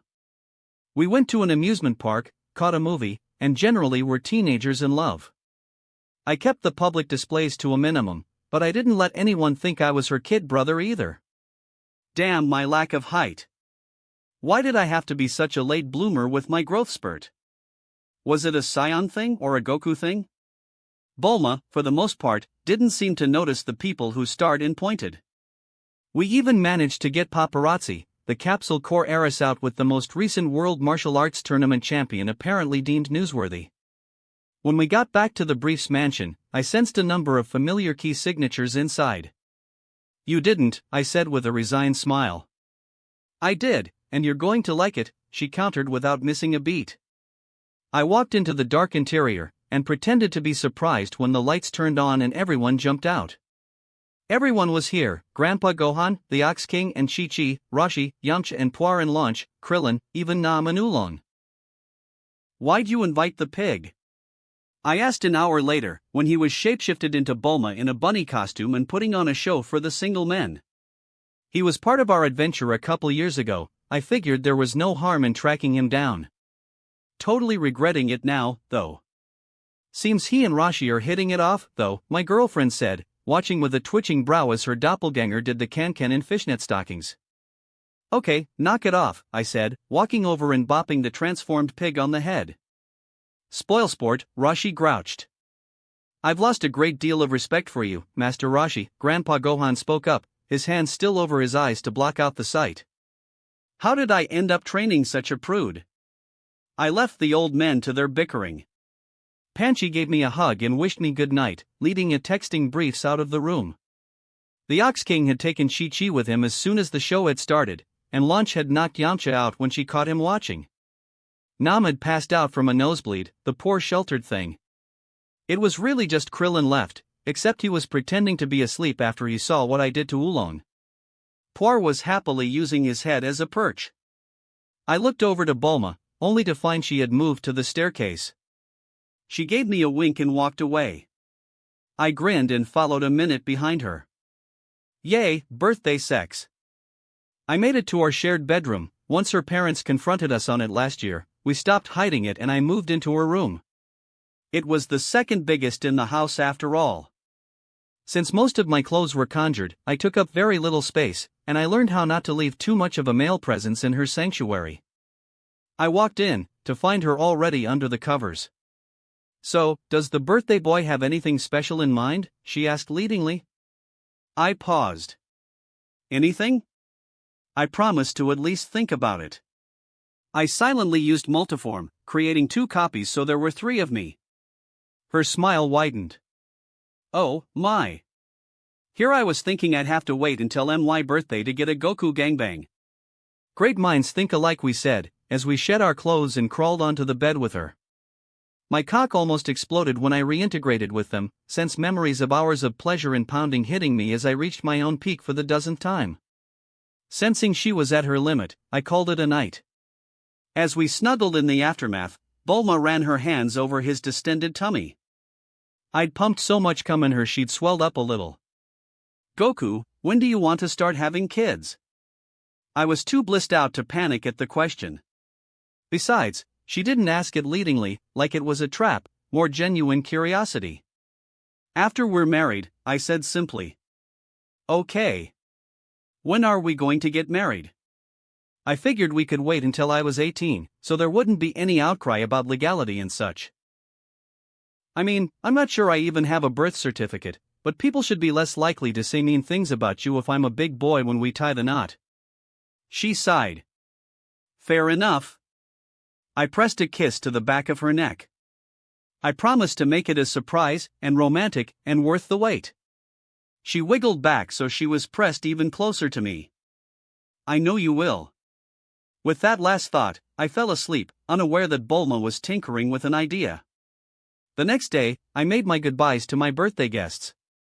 I learned a few interesting things. Krillin had decided he'd learned all he could from Master Roshi, and was going to go on walkabout to seek out new adventures and hone his skills. Yamcha would stick around, mostly because Launch had gotten comfy at the South Sea beach, even with Roshi as a roommate. Grandpa Gohan, having really reconnected with his old buddy, was moving away from Mtepauza to the Ox Kingdom. He offered me the hut to do with as I would. I made hazy plans to build my own lodge for when Bulma and I wanted a quiet getaway. Nam returned to his village, with enough water to make an artificial lake.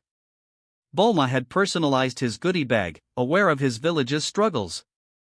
Them all seen often breakfast in my belly, that left me nothing to do but train, and train, and train some more. The days blurred together as I pushed myself. The earth itself might be protected, but someone could still show up and decide to exterminate all life the old-fashioned way. I had no idea how far the ripples of my decisions went. For all I knew, I had inadvertently brought the Saiyan invasion 10 years forward, or hastened the revival of Majin Buu. Beings with the power to wipe out the whole universe existed, this I knew for a fact. If I wanted to protect my family, my planet, my Bulma from those threats, I needed to be ready. I had no illusions, I was still years, maybe even decades away from hitting my peak. But I'd climbed that mountain as fast as I could. I started to notice something in July, my gains were diminishing. I'd pushed myself just as hard as I always had, but I got less and less progress for all the work I put in. Given that I was at 1.5 MPL, I took it as a sign that I was reaching the most I could get with just my base form. And so, I flew out to the Diablo Desert, which was utterly deserted except for a few random bandits no one would miss if I got out of control. I meditated under the glare of the burning sun. I strove for and attained a state of utter and complete peace. Then, when I was as relaxed and free of tension as I could manage, I took my ki and began to channel it into my spine. I felt a strange tingle in the region between my shoulder blades, so I focused the energy there. It got more and more intense until I isolated the exact spot the feeling was coming from. With a breath to prepare myself, I shoved the entirety of my body's power into that one spot, the cluster of S cells I had managed to produce. It was like lighting a match soaked with gasoline. Or maybe a firework soaked in nitroglycerin. I'd never done cocaine or crystal meth, but I imagine what I was experiencing was similar to those highs. Every cell in my body had come alive, filling me with a feeling of unlimited energy and confidence. I could see and hear for miles, I could feel every brush of the wind on my skin, the sound of my own heartbeat was a drum in my ears. I knew, with absolute certainty, that I could turn the desert around me to glass without even trying. I was a god, a titan, an unstoppable force. Nothing could possibly match this level of power. Nothing.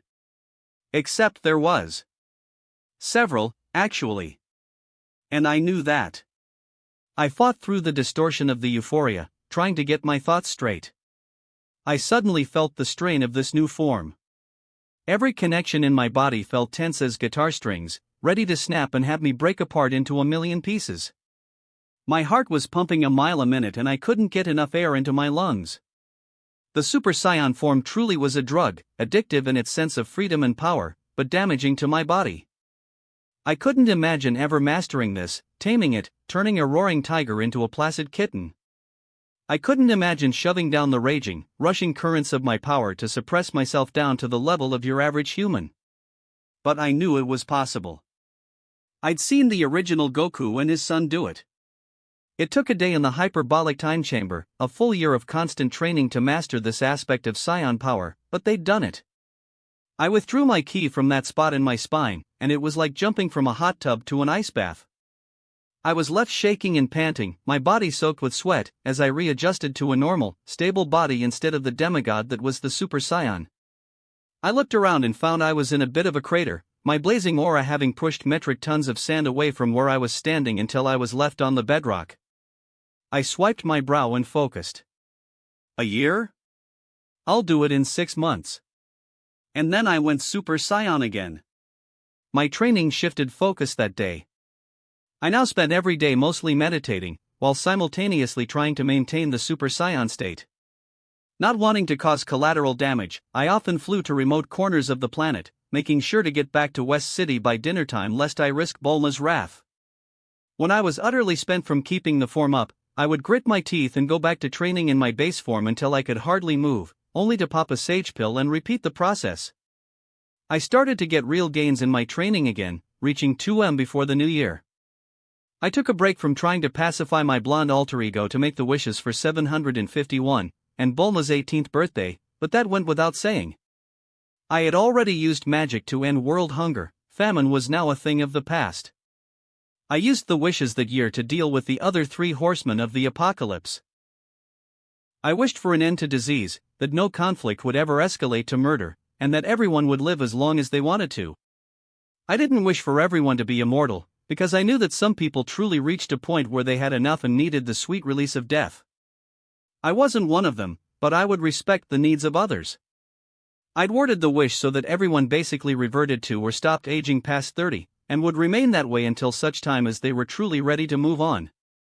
King Furry declared September 2nd the Day of Miracles. He made some not-so-subtle references in his speech that he was aware someone had the Dragon Balls, and he wholeheartedly approved of whoever it was. I blushed at that, being complimented even tangentially by the ruler of the planet. Though it was really Bulma and Capsule Corps running things by this point, they'd grown into a superpower on the back of her and her father's upgrades of what came from the archive. True to my word, I was able to transition into Super Saiyan and not even blink by mid-January. I spent a full day just lounging around the house with golden hair and turquoise eyes. Panchi commented that she found my dye job and contacts very fetching. Briefs was more aware of the fact I wasn't exactly human but refrained from comment. And Bulma argued that I wasn't fully in control until I could do it in my sleep. So we spent a good few hours trying to tire me out before I went to sleep. Wouldn't you know, I actually woke up still Super Saiyan. The transformation officially mastered to my exacting standards, it was time to do something risky. I gave Bulma a kiss and promised I'd return within 48 hours. Then I used instant transmission to appear at Kami's lookout. Goku! What is it that brings you here today? Asked Kami, now looking identical to the Piccolo that had been good as an uncle to son Gohan. With his reclaimed youth thanks to Shenron's magic, he had decided to take up training again. I occasionally challenged him to a spar, giving him a chance to cut his teeth on combat after centuries of peaceful watching. I looked him dead in the eye. I need to use the hyperbolic time chamber. Kami frowned. I won't even ask how you know about that. You have that magical computer from Shenron that reveals every secret of the universe. For what reason, though? Is there a threat I am unaware of? It's not so much because I need to get stronger. I just don't trust myself to practice this out here on Earth. What is this training that you fear so much? I blew out a breath. I want to try and combine the Ozaru and the Super Saiyan transformations. Kami's eyes widened. I see. That might prove dangerous to those around you. Which is why I want to go to a pocket dimension with nobody but me. Kami nodded. Very well. I will grant your request. Remember, you can only spend up to 2 years in there in your entire lifetime, and there's only enough supplies in there to support a single person for that long anyway. I indicated the backpack I was carrying. I have hundreds of sage pills, I won't go hungry. Thanks for the reminder, though. With little fuss, I stepped through the door and into a place with its own distinct space and time. I laid my pack in the living area and walked out into the formless white void of the room. The temperature fluctuations didn't really bother me, my body able to handle the cold of space or the heat of a sun by this point. And the 10 Gs were as unnoticeable to me as standard Earth gravity. I flew as far out as I could manage, the air growing denser the further I went. When it felt like I was at the bottom of a lake, I stopped. Hopefully the pressure would keep me from wandering further out if I lost control. I threw up a moonball. I didn't really need it, but I figured there was no point in making this even harder than it had to be when I was just starting out. I meditated myself into a Zen state, to a point of total peace and balance. I looked up and allowed myself to transform into the Ozaru. My clothes stretched with me, I was wearing Bulma's new nanofiber armor rather than conjured clothes these days. Then, when I was done turning into a 100-foot giant ape, I focused my ki into the S cells hidden in my spine. As it turns out, Combining raw animal instinct with explosive ki enhancement is like throwing fire and lightning into a blender. The destructive cocktail that came out proved quite difficult to control. It was a good month before I stopped blacking out each time I transformed and waking up somewhere else in the barren wasteland of the hyperbolic time chamber. I actually started to remember things, but the actual moment I lost control remained fleeting and beyond my grasp. After another few weeks, I finally managed to gain a few moments of lucidity at the start of the combination before I lost control. At the quarter-way mark for my stay, I decided enough was enough. Alright, no more Mr. Nice Guy. I'm going to make this thing my bitch. You hear me? My bitch.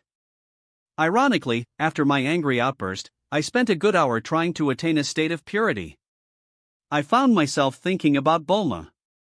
I was doing this for her, so I could rise to every threat, protect her from all harm. If the Supreme Angel himself decided to mark her for death, I would have to be able to stop him. With calm deliberation, I attempted to access both transformations simultaneously. The writhing, roiling, chaotic mass of energy and emotion slammed into me with the force of a supernova. I met it resolutely. The unstoppable force would meet the immovable object. Every second was a struggle, but I refused to lose. The raging, roided-up beast would be caged in by my iron will and determination. Every second, the burning mass of plasma coiled around and within me, trying to burn or inflame me. I did not allow it. Zeno as my witness, I would stay in control. After a subjective eternity, the power began to abate in its ferocity. It was no less intense or wild, but it had bowed to me. Like a stallion breaking, its will to defy had broken. It still rocked and rattled in the confines I had set for it, but the form was stable. I opened my eyes, turned, and calmly walked all the long way back to the living area. Each step, I risked losing the thin edge of dominance I had claimed over this new form, but I persevered. At last, I made it to the copy of Kami's temple. I went to my backpack and pulled out a probe Bulma had designed. It flew around me, scanning everything from my blood pressure to my ki frequency to the chemical makeup of my hair. When it was done and settled back into my hand, I sent the form down deep within, where it coiled along my spine like serpent awaiting its moment to strike. I was hit with a tidal wave of exhaustion. I managed to swallow a sage pill and I still passed out. When I awoke, I fiddled with the probe to get a hologram of what I looked like.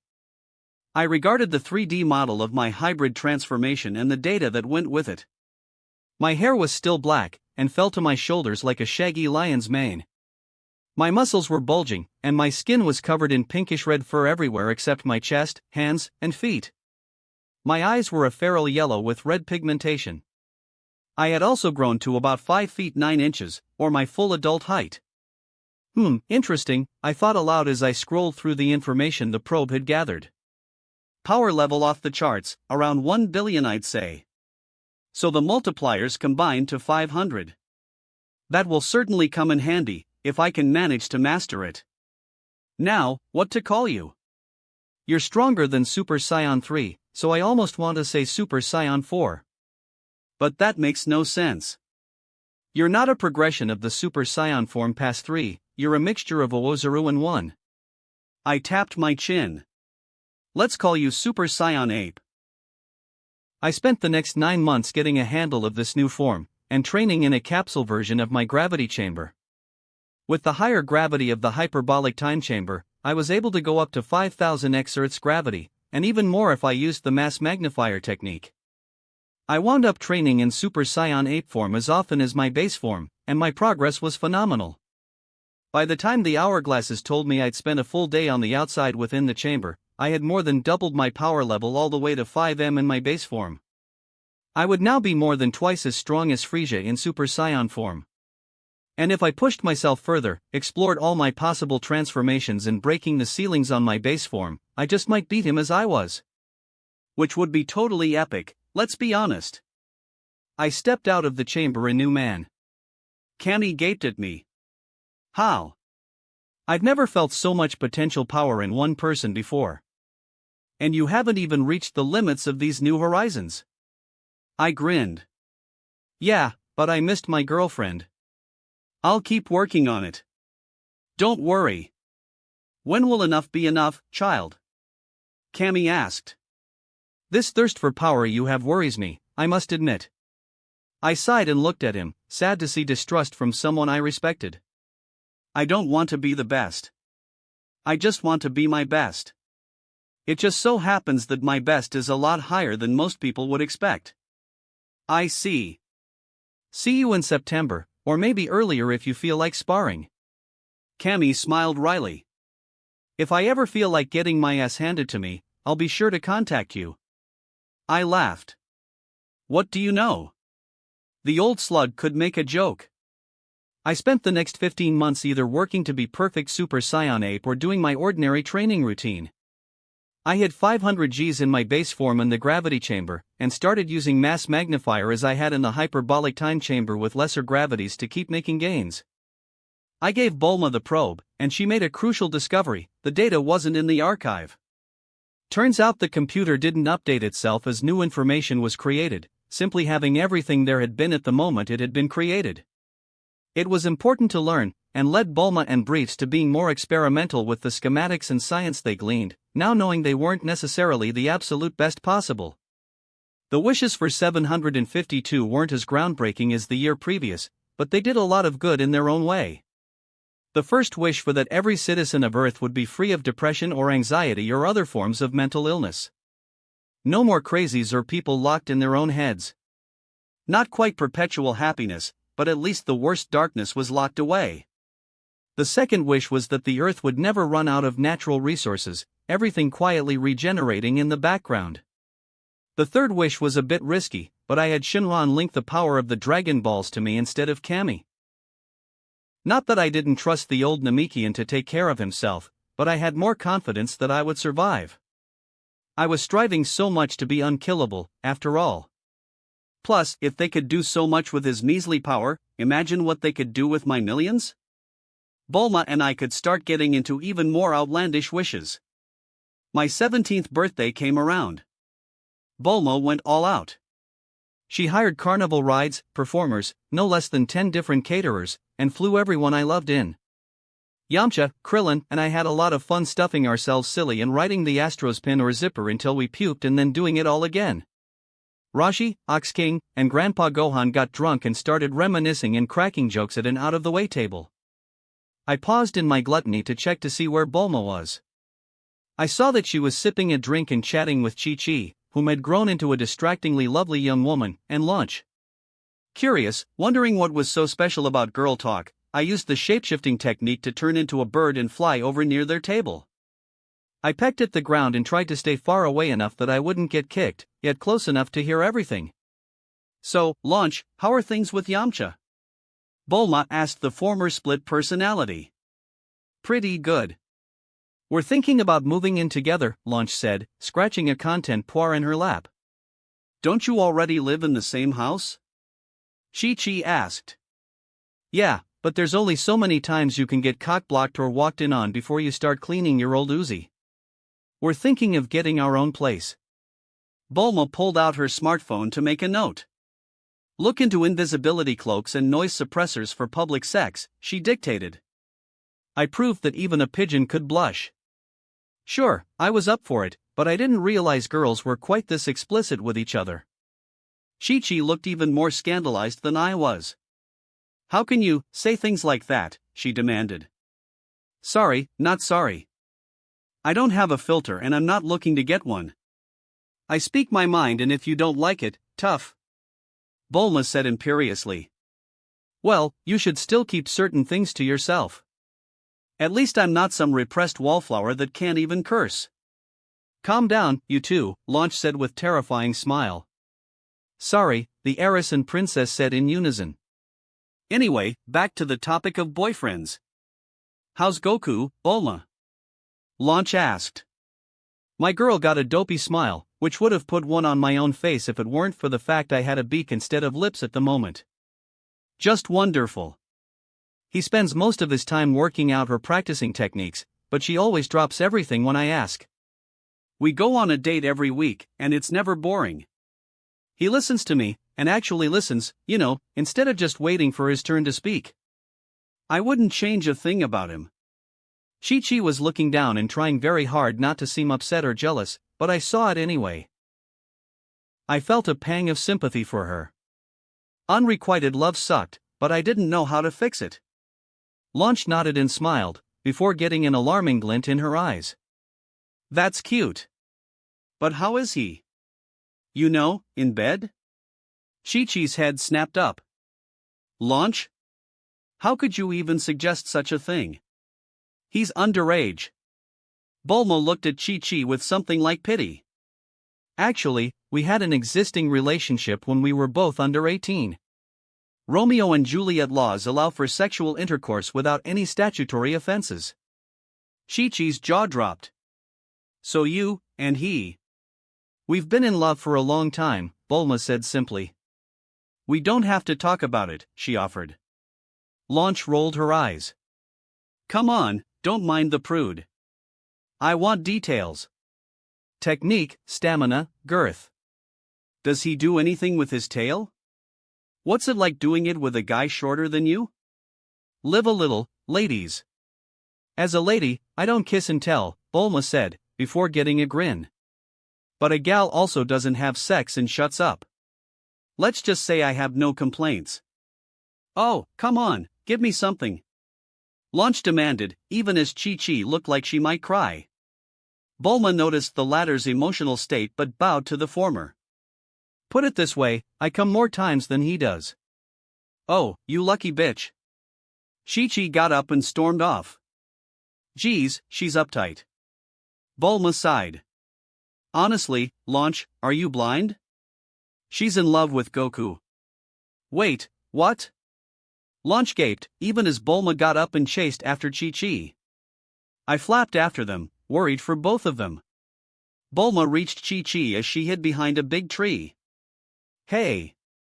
I'm sorry, Launch got a bit carried away, I shouldn't have played along, Bulma said. That's not why I'm upset, Chi-Chi said, keeping her head down. Then what is it? Maybe talking about it will help. I don't want to talk to you about this. Bulma shrugged. Okay, but I'm the only one here. And I'm pretty sure I already know what the problem is. Oh, you do you? Genius girl with the big boobs and the rich daddy knows everything that's wrong with sad little Chi-Chi? There was enough acid to dissolve bones in her words. Bulma remained unaffected.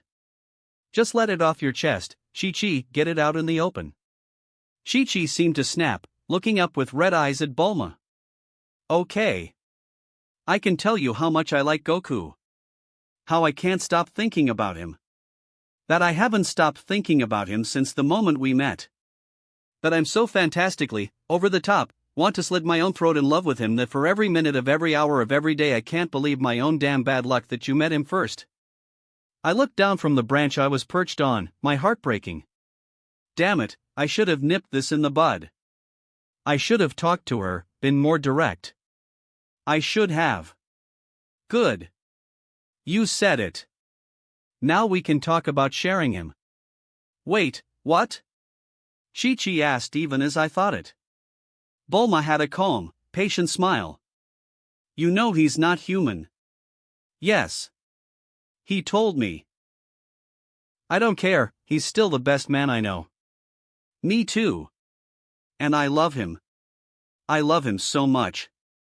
But he's the last of a dying race. Bulma leaned against the tree, looking into the distance. I brought this up with him a long time ago, the day after we met in fact. He's not okay with cloning, and he feels very strongly that the only ones raising his kids are him and their mother, so artificial insemination is out the window. Bulma shrugged. Then we made the wishes for everyone to be mostly immortal, and it stopped seeming like such an issue. We'd be together for centuries, we could pop out a reasonable number of little half-Saiyans in that time. Bulma sighed. And then I realized something. What? Chi-Chi asked. I'm not enough for him. I almost shapeshifted back then and there to deny her, but she kept talking before I could make the decision. He loves you, in his own way. I'm not sure he even realizes it, but I recognize the light in his eyes when he talks about you. It's the same he gets when he talks to me. And it occurred to me that I was being selfish. Selfish? Chi-Chi asked, voicing my own confused thoughts. Bulma chuckled. You know how we got together in the first place? I asked the archive who my perfect boyfriend would be, and he came up. When I realized that he still loved me and somehow loved you at the same time, I got to thinking. I asked the archive this question: who would be perfect for Son Goku in a relationship? Bulma looked at Chi-Chi with an amused smirk. The list was as long as your arm. He's just that much of a loving, caring, open-hearted person. He could settle down with me, or you, or any of a dozen others and be happy. So that led to a few days of research into polyamory and group relationship dynamics. And finally, I decided that I loved him enough to not ask him to settle for just me when he has more love than any one person could handle. So, what are you saying? You want me to, too? Chi-Chi sputtered. I'm not saying that we have to be lesbian life partners and have orgies with him and the rest of his harem. Just that we be sister wives and keep the relationship open for others to potentially join. I think of it like he's a sun, just so massive and full of energy and life, and I'm a planet orbiting him. Well, there's plenty of room for other planets. He can be in 2 or more places at once with his multiform, so none of us would necessarily be neglected or denied one-on-one attention. And I know that he has a bigger appetite for sex than I can satisfy, so more partners wouldn't be a strain in that department. This is insane. Chi-Chi said weakly. Bulma patted her on the shoulder. Just picture it. He comes home from a long day of training. You have dinner cooked and ready on the table. We live in a house I pay for, so you guys don't have to worry about work or expenses. A few munchkins running around in the yard, a bassinet in the corner, maybe a few pets. We go to sleep in a big puppy pile on the bed. It's nice, right? It is a nice picture, Chi-Chi admitted. It's just not one I ever saw for myself. Bulma shrugged. It's up to you, Chi-Chi, but if you love him as much as you say you do, then you should take this opportunity. Because I'm never letting him go. I'll die before I stop loving him, and I'd bet my life he'll die before he stops loving me. We will be together for the rest of our lives. I'm giving you the chance to join us. I understand wanting him all to yourself, believe me I do. But it's not fair to him. If I were you, I'd take him any way I could get him. I'll have to think about it. I'll let you know. Chi-Chi got a determined look. But not a word of this to him. I don't want him to start acting differently around me. Mum's the word. I haven't even talked to him about any of this. I should probably have done that before bringing it up with you, but then you ran off and I just had to talk to you. Bulma turned to look towards the party. Where is he, anyway? I flew off into the thick of the carnival setup, shapeshifting back into my real body between 2 tents. I walked from there towards Grandpa Gohan and the other 2 dads at the party, my mind miles away. Bulma found me with them, nodding along as they traded drunken anecdotes and jokes. Hey, babe. I was looking for you. Hi, Bulma, I said, putting on a smile. She knew me too well. What is it? I think I need to lie down. Oh. Did you finally manage to eat too much? I don't think that's it. Well, you can't be sick. That doesn't happen anymore. I stood up. I just need some time to think. I'll come back when I got my head on straight. Goku, what's wrong? Nothing's wrong, I just need to process something. I kissed her cheek. Love you, I told her, and meaning it with all my heart. Love you too, she replied, her brow furrowed in concern. Don't worry, it's your party, no one will care if you go missing to take a nap or something. Just promise to come back when you're feeling better. I will. With that, I used instant transmission to go to our room. I laid down on the bed and stared at the ceiling, the unbelievable conversation I'd heard swirling around in my head. I'm not in love with Chi-Chi, I stated. For some reason, it felt like a lie. Okay, I like Chi-Chi as much as the next girl. Still wrong. I love her as a friend. Getting closer. I have loving feelings for Chi-Chi, but I'm not in love with her. A few naughty fantasies I would never admit to popped into my head. Alright, I have sexual feelings for Chi-Chi, but I love her, so it's okay. I laid there in shock. Well, fuck. Bulma was right. Damn it, she's always right. I managed to get myself back into a functional state of mind in time to enjoy the rest of the party, including a 7-tiered Saiyan-sized birthday cake. I decided to act as though I'd heard nothing. If and when Chi-Chi got back to Bulma with an answer, then they could approach me when they felt the time was right. Until then, I would continue on in faked ignorant bliss. A month passed by in a flash, and then Bulma and I were flying back to Papaya Island. The power levels of the contestants were much more impressive this time. Most were in the triple digits, and I sensed at least 5 that cracked 1,000. Maybe this wouldn't be as boring as I thought. I got much less grief from the registration table, even though I was almost the same size I'd been when I'd last shown up. If I didn't stop being a midget by my 20th birthday, I was going to scream. Hey, Goku! Great party! Yamcha called out, coming up behind me much as he had 3 years ago. Thanks. So you and Launch find a place yet? Yup. Bulma actually hooked us up. She's subletting an apartment for us and giving us a discounted rent. It's nice to have friends in high places, I guess. Hey, said a random passerby, eyeing the black-haired, full-framed Roshi up and down.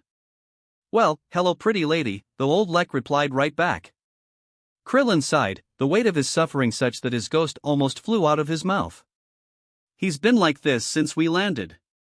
Turns out he's even worse when girls actually flirt back.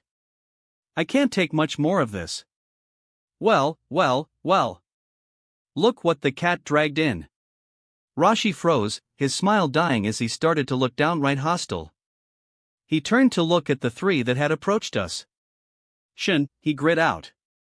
What are you doing here? I looked between the 2 sides. It was like a carnival mirror.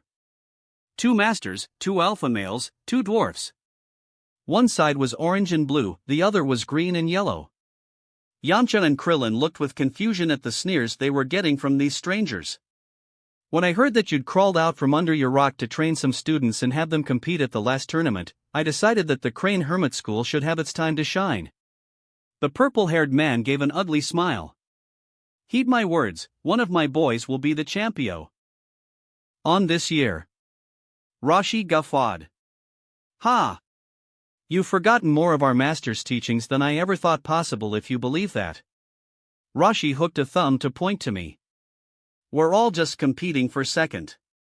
Curious, I raised my power level to 10k, giving no outward signal of my surging aura. Shin didn't so much as blink, proving he was blind to ki, but his students suddenly looked nervous. Ha! You don't know what you're talking about, Roshi. Tien Shinhan and Kaiatsu have endured some of the most brutal training in the world. They'll make mincemeat of the former champion. Shin looked at me with bored, unimpressed eyes. Roku, was it? Goku, I said calmly. No point getting angry. That would be like drinking poison and expecting it to kill him. The Triclops stepped towards me. You crippled mercenary Tao. It was much an accusation as a statement. I looked back undaunted. He was a bad man who did bad things. He crippled a lot of other people or even worse. I don't regret what I did. Mercenary Tao is a great man. Perhaps, I said. But I was greater. And if might indeed makes right, as your master taught you, then you shouldn't have a problem with what I did. Tien grit his teeth. See you in the finals. We'll see, I said neutrally. The Crane School walked away, apparently already registered, or just shooting themselves in the foot to be dramatic. Either/or. Who was that guy, Master Roshi? Seems like he's got a real beef with you, Yamcha asked. Shen and I were students of the Great Mutato. There was a time when I considered him a brother. But he grew selfish and arrogant, and began using our master's teachings for dark purposes. He taught his brother how to kill, and that man went on to become mercenary Tao. So, Goku sent that guy's pseudo-uncle to prison in a wheelchair. Krillin whistled. He must have a real grudge against you, man. I had a secretive smile on my face. Yeah, well, I have a feeling that by the time the tournament is over, he's going to feel differently. This WMAT would see the test run of the corruption correction. I'd finally got around to digging into the archive for a technique to cleanse evil from the soul. I went through a few potential candidates before finally striking gold. An order of monks on the planet Thribophytum had seen evil and immorality as a disease of the spirit, a cancer of the soul. They'd eventually developed a cure that roughly translated as corruption correction. The technique had two parts. The first required 5 seconds of eye contact, where a beam was shot from my eyes into the targets. They would then vomit up a sort of negativity tumor, the accumulation of all the darkness in their heart. It was then up to me to destroy the tumor before it got loose and wreaked havoc. The result would leave the recipient with a pure heart. It wouldn't fundamentally change their personality, and they could dirty themselves up with cruelty and malice all over again if they wanted to, but for a moment they would be restored to goodness. I had plans to test it out on the Crane School before using it on King Piccolo. If it worked, then I was set to redeem all the villains that came after me in the future. I, hopefully, wouldn't have to kill my fellow Saiyans. I could make Frieza a force for good, and I could make sure Bu remained a soft cotton candy marshmallow. The next day, we all reported for the elimination rounds. Roshi entered as himself this time, and quickly fought to the top of his bracket. With a gravity belt set to 150x and using the mass magnifier, as well as making a 90-10 split multiform to hang out with Bulma, I actually got a decent workout fighting the mass of hopeful fighters. The drawing for the quarter-finals was rigged, Kaiatsu using telekinesis to make sure we all drew the number Tien wanted us to. I kept my mouth shut and focused on the feel and shape of the technique, hoping to replicate it at a later date.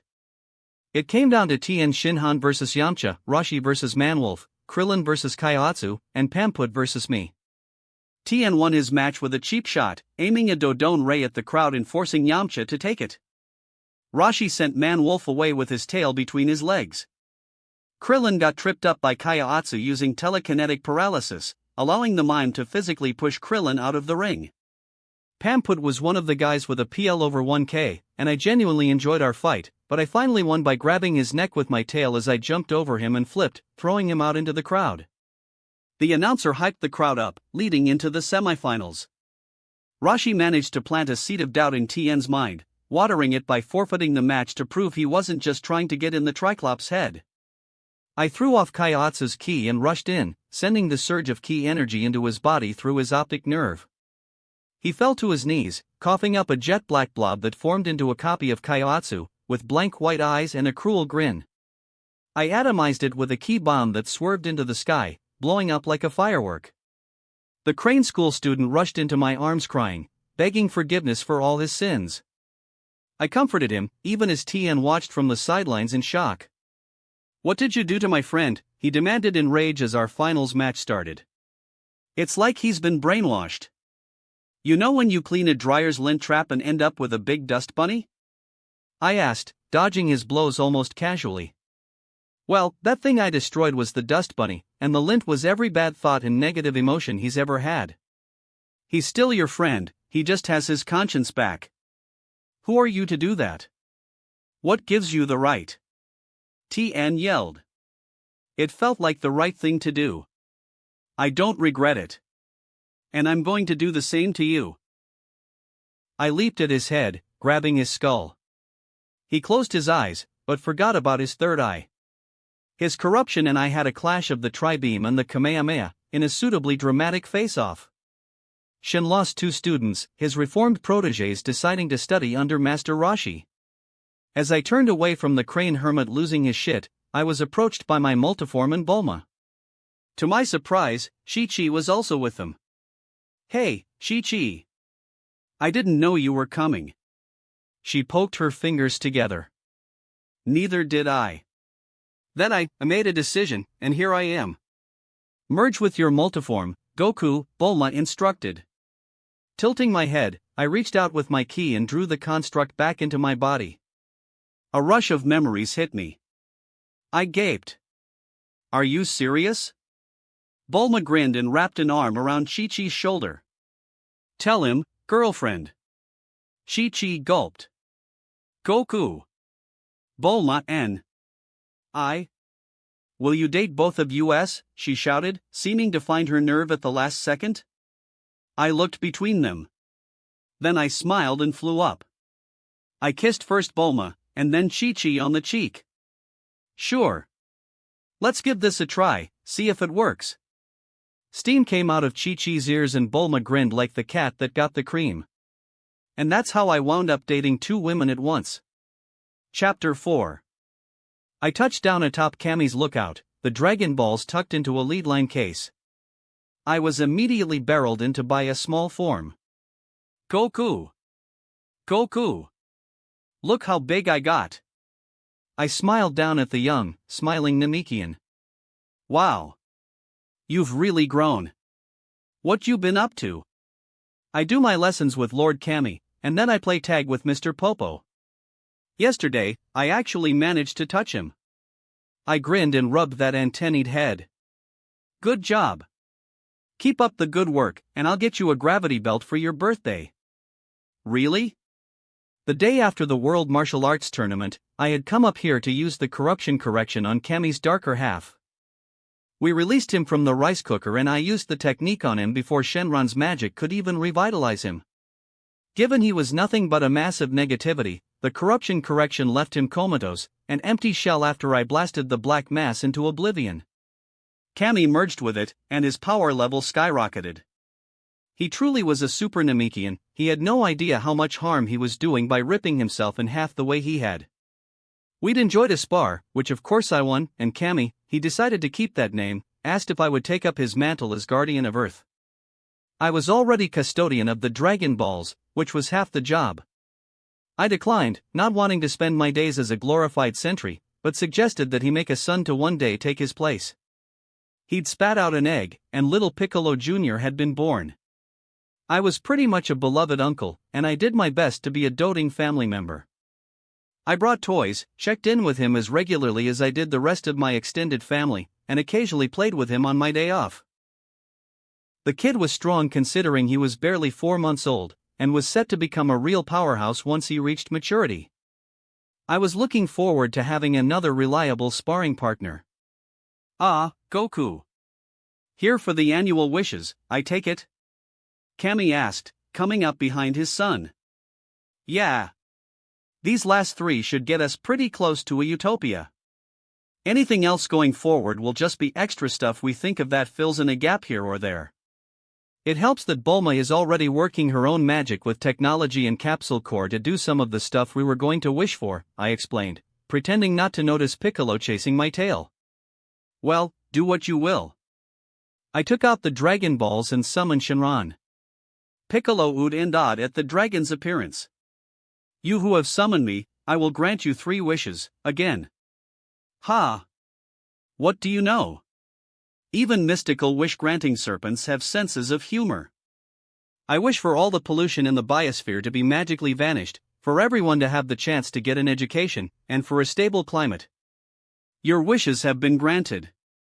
I made a game of it and gave the Dragon Balls a 5-second head start. I still caught all of them before they touched the ground. Kami regarded me with questioning eyes as I packed away the stone orbs. I noticed that you haven't wished for an end to crime. Why is that? Because that would infringe on free will. I stood up. Look, I'm okay with subtly brainwashing everyone into not killing each other. But not hurting each other seems just a step too far. Even the corruption correction doesn't take away the capacity for evil. A person could turn right back into a black-hearted scumbag if they really wanted to. I'm not a god, and I don't even agree that they should have the right to dictate our actions. If people still want to steal and fight and poison themselves even with all the opportunities these wishes and Bulma's work with the government give them to live wholesome lives, that's up to them. And they have the right to choose. Kami smiled. There is a wisdom to you I do not appreciate. So, already know what you'll wish for next year? Actually, yeah. Bulma thinks we should terraform the Moon, Mars, and Venus. There's been a real population boom now that only a handful of people are dying each year and everyone is eternally young. We could sure use the extra space down the line. I suddenly moved 2 feet to the right, letting a pouncing Piccolo fall flat on his face. Too slow, kid. Piccolo pouted. I'm going to grow up and get real strong. And then I'll fight you for real. I grinned and acknowledged his vow as a warrior. I'm looking forward to it, Piccolo. I was relaxing on my day off, just flipping through the channels. To my delight, I could lay my feet on the table. I'd finally hit my growth spurt, in the weeks leading up to my 18th birthday, though I was technically turning 19 due to my time in the hyperbolic time chamber. I was just thinking about getting something to eat when there was a knock on the door. I'll get it, I called, going to the door. I opened it and had to blink. Fortune teller Baba? I could be forgiven for my confusion. The woman before me bore little resemblance to the hunched crone from my memories. She stood 5 foot, her black robe clinging to jaw-dropping curves. Her face had the clear, cute lines of a cheerleader, and her black hat was perched atop pink tresses that fell like a waterfall of sakura petals. She looked like she had been lifted off the pages of a witch girl manga. She noticed me checking her out and winked. I understand that I have you to thank for my reclaimed youth. I scratched the back of my head. Bulma came up with it.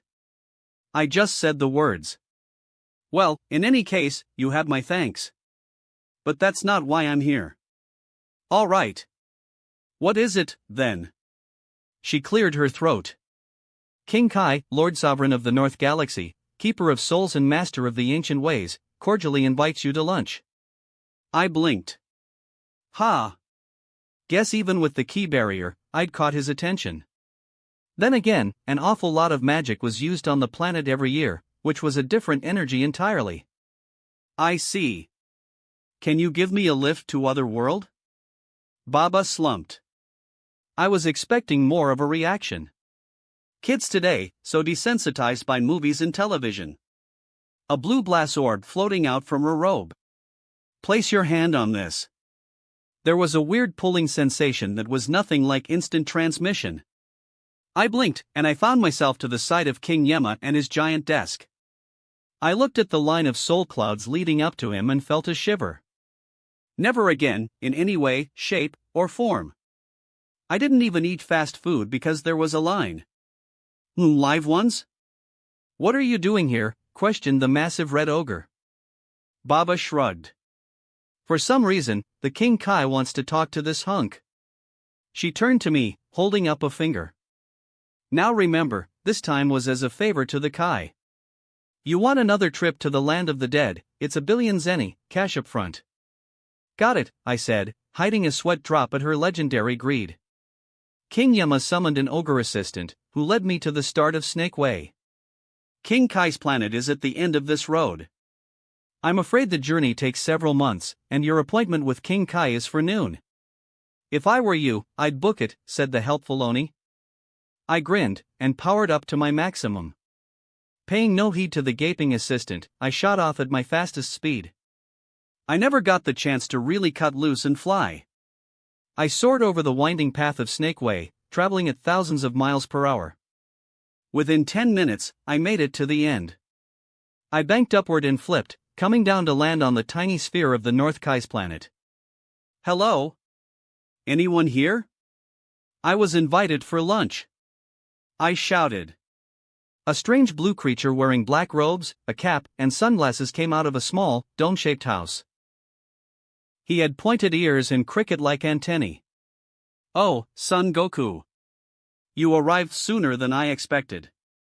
I nodded and, remembering my manners, bowed. Hello, King Kai. Sorry if I'm too early. No, it gives me a chance to give you a test while lunch finishes cooking. The Kai walked around me, surveying me from head to toe, nodding and mumbling to himself. He stopped before me. Well, I have nothing to teach you in the physical realm. You've done quite well for yourself in that department. However, if you want to learn from the many legendary techniques I have mastered, you must do one thing, make me laugh. I scratched my head. Actually, the Kaioken and the Spirit Bomb are in the archive, this computer I wished for with the Dragon Balls. I just haven't practiced them out of respect to you. The core person stumbled before catching himself. Yes, well, if you wish to earn the right to perform them without suffering divine retribution, you will pass my test regardless. I searched my mind for a good joke. For some reason, I could only think of ones Roshi told me. Well, here's hoping the Kai was a bit of a pervert. Okay. What's the difference between a breeze and a nun? I don't know, what? A breeze will blow you. Dead silence. Ha! Ha! Ha! King Kai went, clutching his stomach. Oh, that's a good one. I'm going to be telling that one to the other Kais. Well, not the East Kai, she's a woman and would get offended.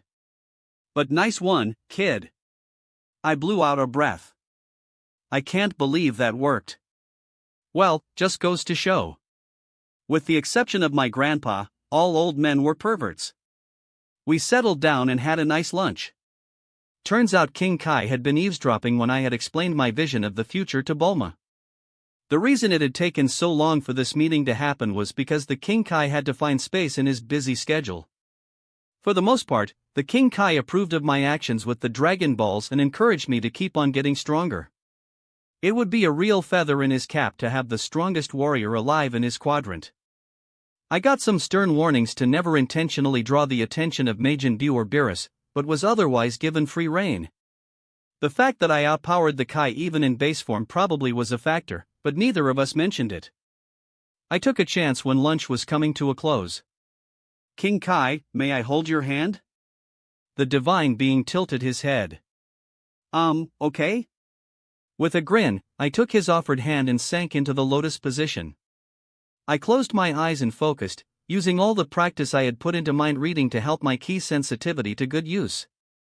I looked only at the space where King Kai should be, on the body I was holding, on the skin I was touching. I sensed, it wasn't nothing. It was more an absence. Like when you look up at the sky on the new moon and can't see the moon exactly but you can make out the empty space where it should be. That's what it was like trying to sense King Kai. There was something there, I just wasn't able to see it. I strove harder, looking further, deeper, from different directions. Almost. There! I shouted. Ha! So that's what it feels like. What? What feels like what? King Kai demanded, taking back his hand. Godly ki. Thanks, King Kai. Now I don't have to wait around for the ritual to become Super Saiyan God. Thanks for lunch. I'll come visit every now and then. As I reached up to engage instant transmission, I heard his last words. I feel so used. It wasn't that different, dating Chi-Chi and Bulma compared to dating just Bulma. I spent my mornings with Chi-Chi and my evenings with Bulma, and on my day off I used Multiform to take each of them on their own individual date. It took a little while to master keeping the technique up at such distances, but training was training. It probably helped that Chi-Chi wanted to save herself for her wedding night, so I didn't have to juggle keeping both of them physically satisfied.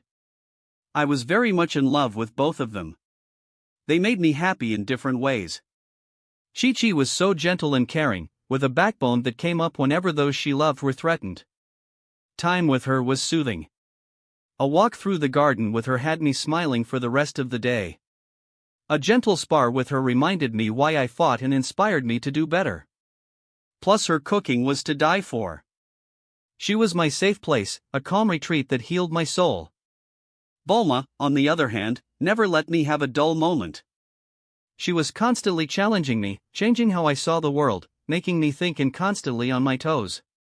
She got my blood flowing in all the right ways. She was also much more sensual than Chi-Chi. Once she insisted we go to a nightclub while she was in a skimpy dress, and I got so worked up at guys ogling her that we had the hottest sex of our relationship afterwards. They were two extremes, chaste and sinful, peaceful day and exhilarating night. Since the way to my heart was my stomach, I'll use a food metaphor. Chi-Chi was a nice, full glass of chilled apple juice, refreshing and light.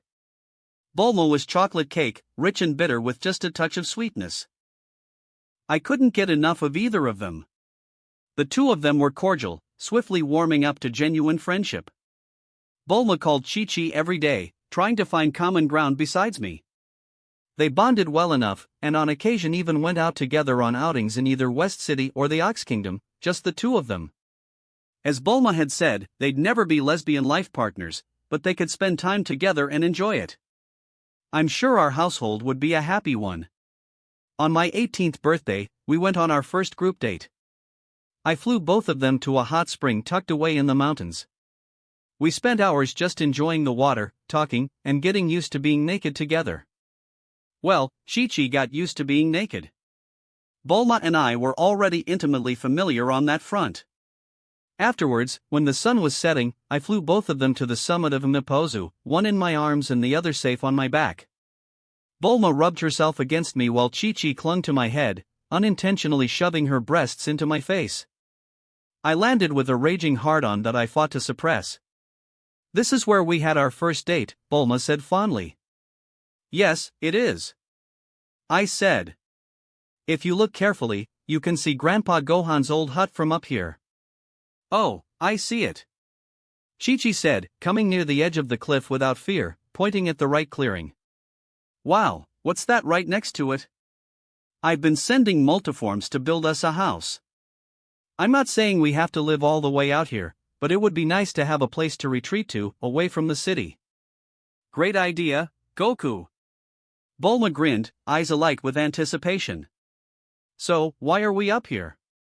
"I figured I should do this here, where we can look on where our private getaway will be." I got down on one knee. Chi-Chi's hand flew to her mouth, while Bulma actually started to tear up. "Bulma, you are the light of my life. You're the most gorgeous, smart, sexy woman I've ever met. Chi-Chi, you make me happier than I ever thought I could be. And if you let me, I'll spend the rest of my life trying to make you feel the same way." I pulled out 2 velvet jewelry boxes. With a flick of my fingers, I opened them both. Bulma's had a small diamond rose, in memory of the one I'd given her after our first fight. Chi-Chi's was a princess-cut diamond surrounded by sapphires, her favorite gem. Both were set in 24-karat gold bands. "I love you both. Will you marry me?" "Of course, you idiot," Bulma said, wiping at her eyes and sniffing. "Yes." Chi-Chi had a smile on her face that outshined the sun setting behind her. I put Bulma's on first, in recognition that we'd been together longer. Then I put Chi-Chi's on her finger. They both hugged me, tucking their heads into opposite shoulders. I kissed both of them on the hair. My tail wagged happily behind me. The three of us were engaged. Bulma got a tad frisky, reaching a hand to rub the base of my tail the way she knew I liked. I sent her off with a multiform that aided her back to the Brief's mansion. I flew Chi-Chi along the scenic route back to her castle. "Goku, it's beautiful. Where did you find it?" Chi-Chi gushed, unable to take her eyes off her ring. "I made it, actually." "Really? Where did you get the stones?" I chuckled. "No, Chi-Chi, I made it, with my matter creation technique. Gems and all." Chi-Chi blinked. "You can make gold and diamonds out of thin air?" "Yeah. But I don't really use it much. Bulma's already rich enough for all of us to share, and it would feel like cheating to sell the stuff I created." Chi-Chi grinned and snuggled in. "Always so noble." "It's kind of my thing," I joked. We touched down, and Chi-Chi dragged me to her dad's office. "Daddy! Daddy!" Goku proposed. "Congratulations," my future father-in-law bellowed, loud enough to be heard by the town at the base of the mountain the castle was on. I endured a backslap from the giant of a man, which oddly enough managed to hurt. Must be the power of family. "So, when is the wedding?" Chi-Chi and I exchanged amused looks. "We'll have to ask Bulma. If I know her, and I think I do, she's going to want to plan the wedding of the century," I answered. "It'll take at least a year, maybe even 2. We'll probably end up fighting over styles and themes and colors and everything," Chi-Chi said. "But it'll be worth it. So worth it." After a few more questions from the Ox King, I escorted Chi-Chi to her royal bedchamber. I leaned in for our usual quick peck, but she surprised me and wrapped her arms around my neck, pressing herself up against my body. I responded with enthusiasm, wrapping my arms and my tail around her waist, carrying her over to her bed and laying her down, following her with my lips attached to hers the whole time. We made out for a few minutes until the need for oxygen finally got the better of us. Chi-Chi, what brought this on? I asked. My one true love asked me to be his wife, that's what, she said breathlessly, leaning up to nibble on my neck. So, how far do you want to take this? Did you change your mind about waiting? I asked, unable to disguise my hope. Chi-Chi groaned in frustration. I don't know. I want to wait, like I was taught. And I want to make our wedding night special instead of just another night. But then I look at you and I want to just attack you, and I know you and Bulma are doing it so. She trailed off, clearly conflicted. I smiled and gave her a close-mouthed kiss. You know, there's plenty of stuff in between kissing and making love. She blinked up at me with virginal confusion. Really? Like what? I shared a naughty grin with her, and trailed my hand down her side before cupping her womanhood through her dress. I taught Chi-Chi things about her body she had never even known, my fingers teasing and touching her with all the grace of a concert pianist. I swallowed her moans and cries with my mouth, while I luxuriated in the feel of the softest thing in the universe. I left her panting and sated, with one final kiss, before using instant transmission. I found Bulma bent over the bed, her breasts rubbing against the mattress while her lower half was held aloft by the thrusting body of my multiform. I grinned and, moving so fast she didn't notice the lapse, vanished the multiform and took his placeballs deep inside her. After I finished off that round, I set Bulma down and crawled onto the bed with her. Bulma sniffed. Goku, what's that smell? Did Chi-Chi spray perfume on you or something? I chuckled deep in my throat and held my fingers up to her nose. In a manner of speaking. Bulma, my queen of the bedroom, managed to blush. Oh. Oh. She got that look when she was thinking about something. Goku. I don't suppose. I shapeshifted into a female version of my body. My breasts were a cup at best and I still had an 8-pack, but my crotch had inverted and that was all that mattered. Way ahead of you, fiancé. Bulma and I did things that night that would make the most hardcore Yuri authors blush. The next day, Bulma stated she'd come to the conclusion she was definitely not a 0 on the Kinsey scale. Which opened up all kinds of possibilities, which filled me with primal hunger and curiosity. Bulma and I had a late morning that day. My training continued as always, aided by a new breakthrough. Bulma had finally managed to crack the ultra-divine water. It took a lot of research, but she finally managed to work out the magic behind it, and pioneered yet another new branch of science, thaumaturgy. Whereas Ki was the energy of living things, magic involved using energy from another dimension. Most of it flew over my head, but the point was that Bulma came up with a new way to improve my training. The ultra-divine water was the case of a cure being worse than the cold, forcing the body to cannibalize its own resources to grow stronger.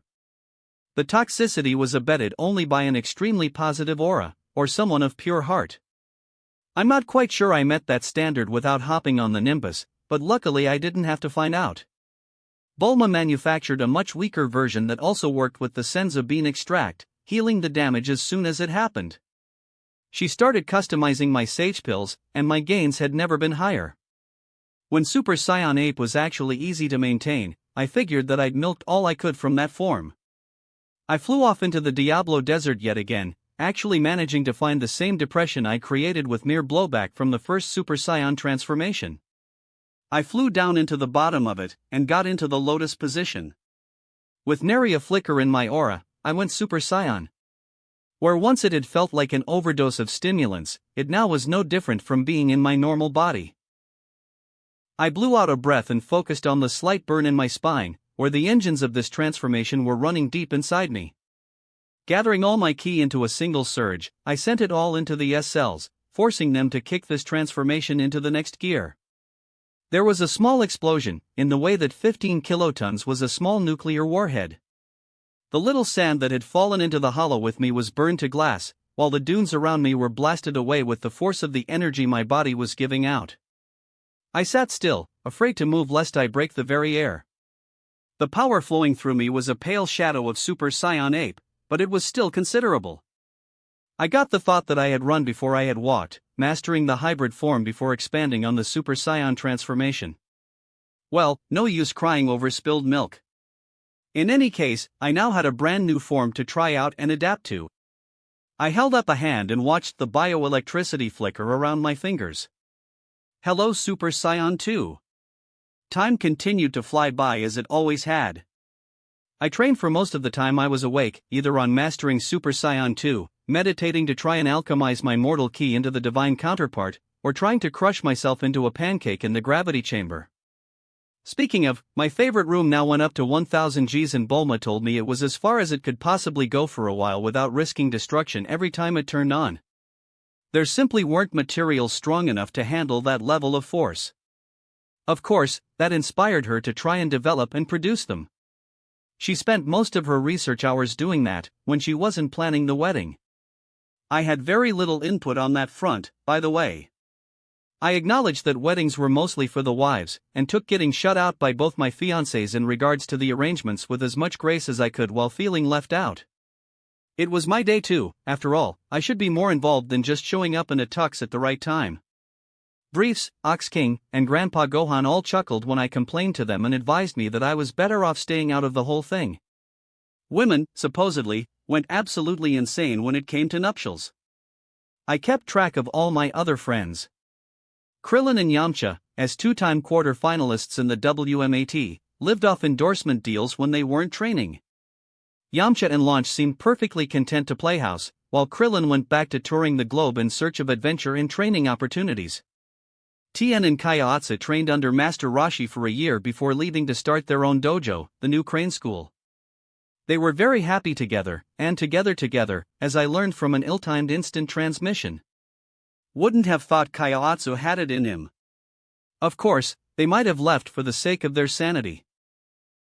Master Roshi, in a bizarre twist, became a fitness model, releasing a line of workout videos like the ones he used to watch.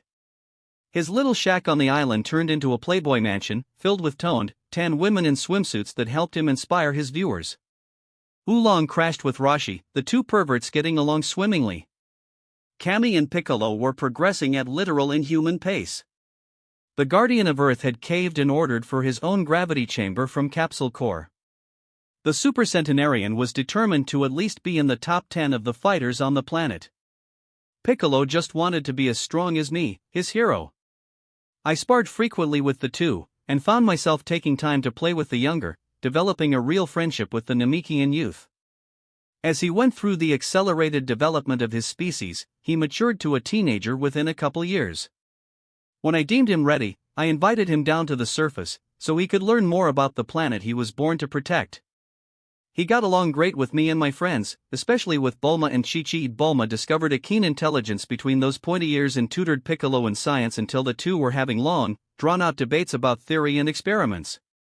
Piccolo also proved to have a domestic side, asking Chi-Chi on how to make clothes the old-fashioned way.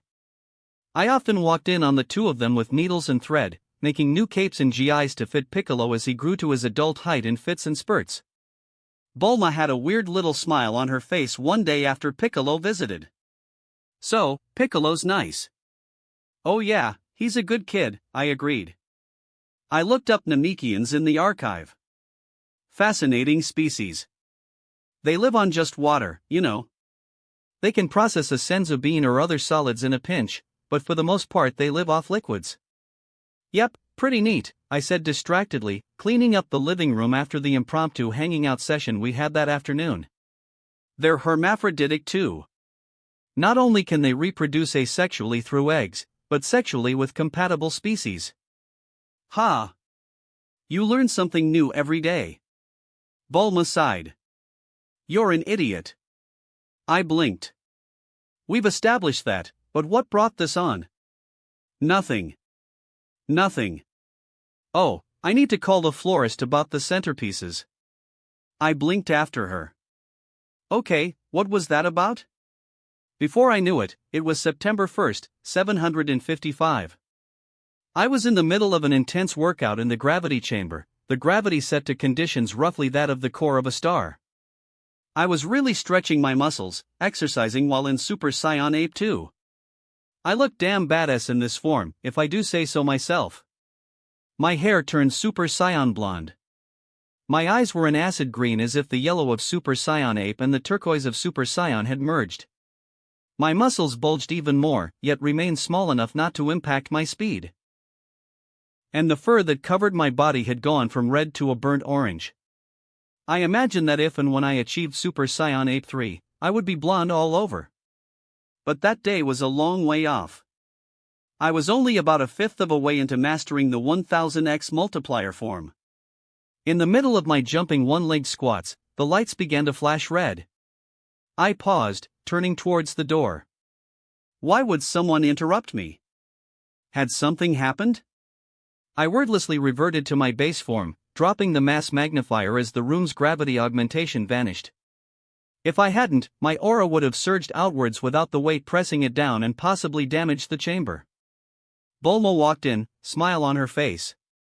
Hey, Goku.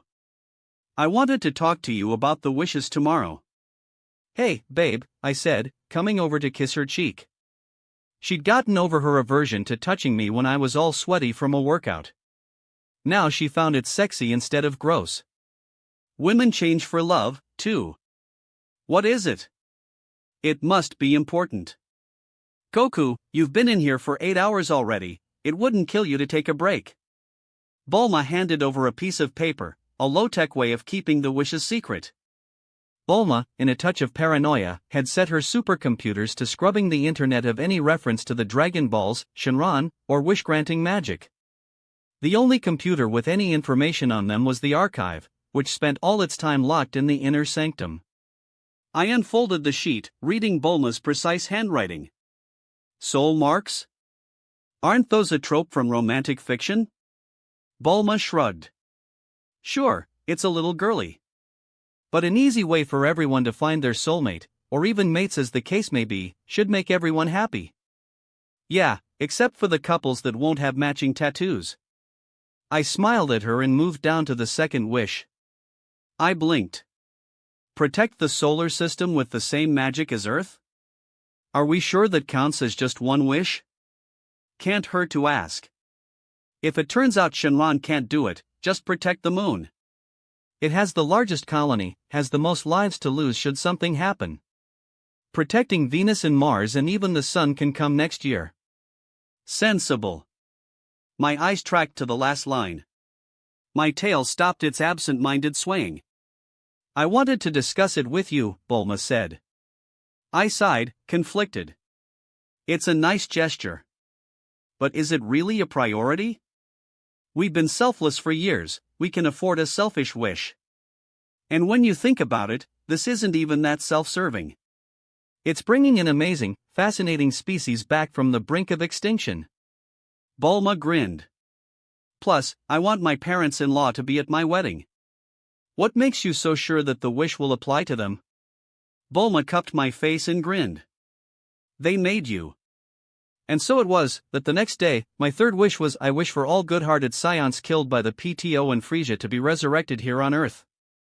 Shenron nodded. Your wish is granted, he said, before vanishing. I caught the balls in less than a second, returning to the lookout before any of the new occupants noticed. I surveyed the crowd of people, which was disturbingly small.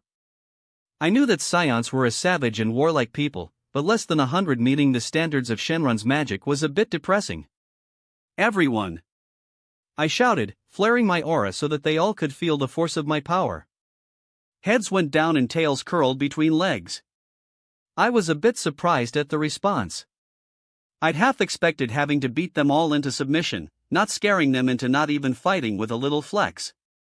I understand you might be confused, but everything will be explained.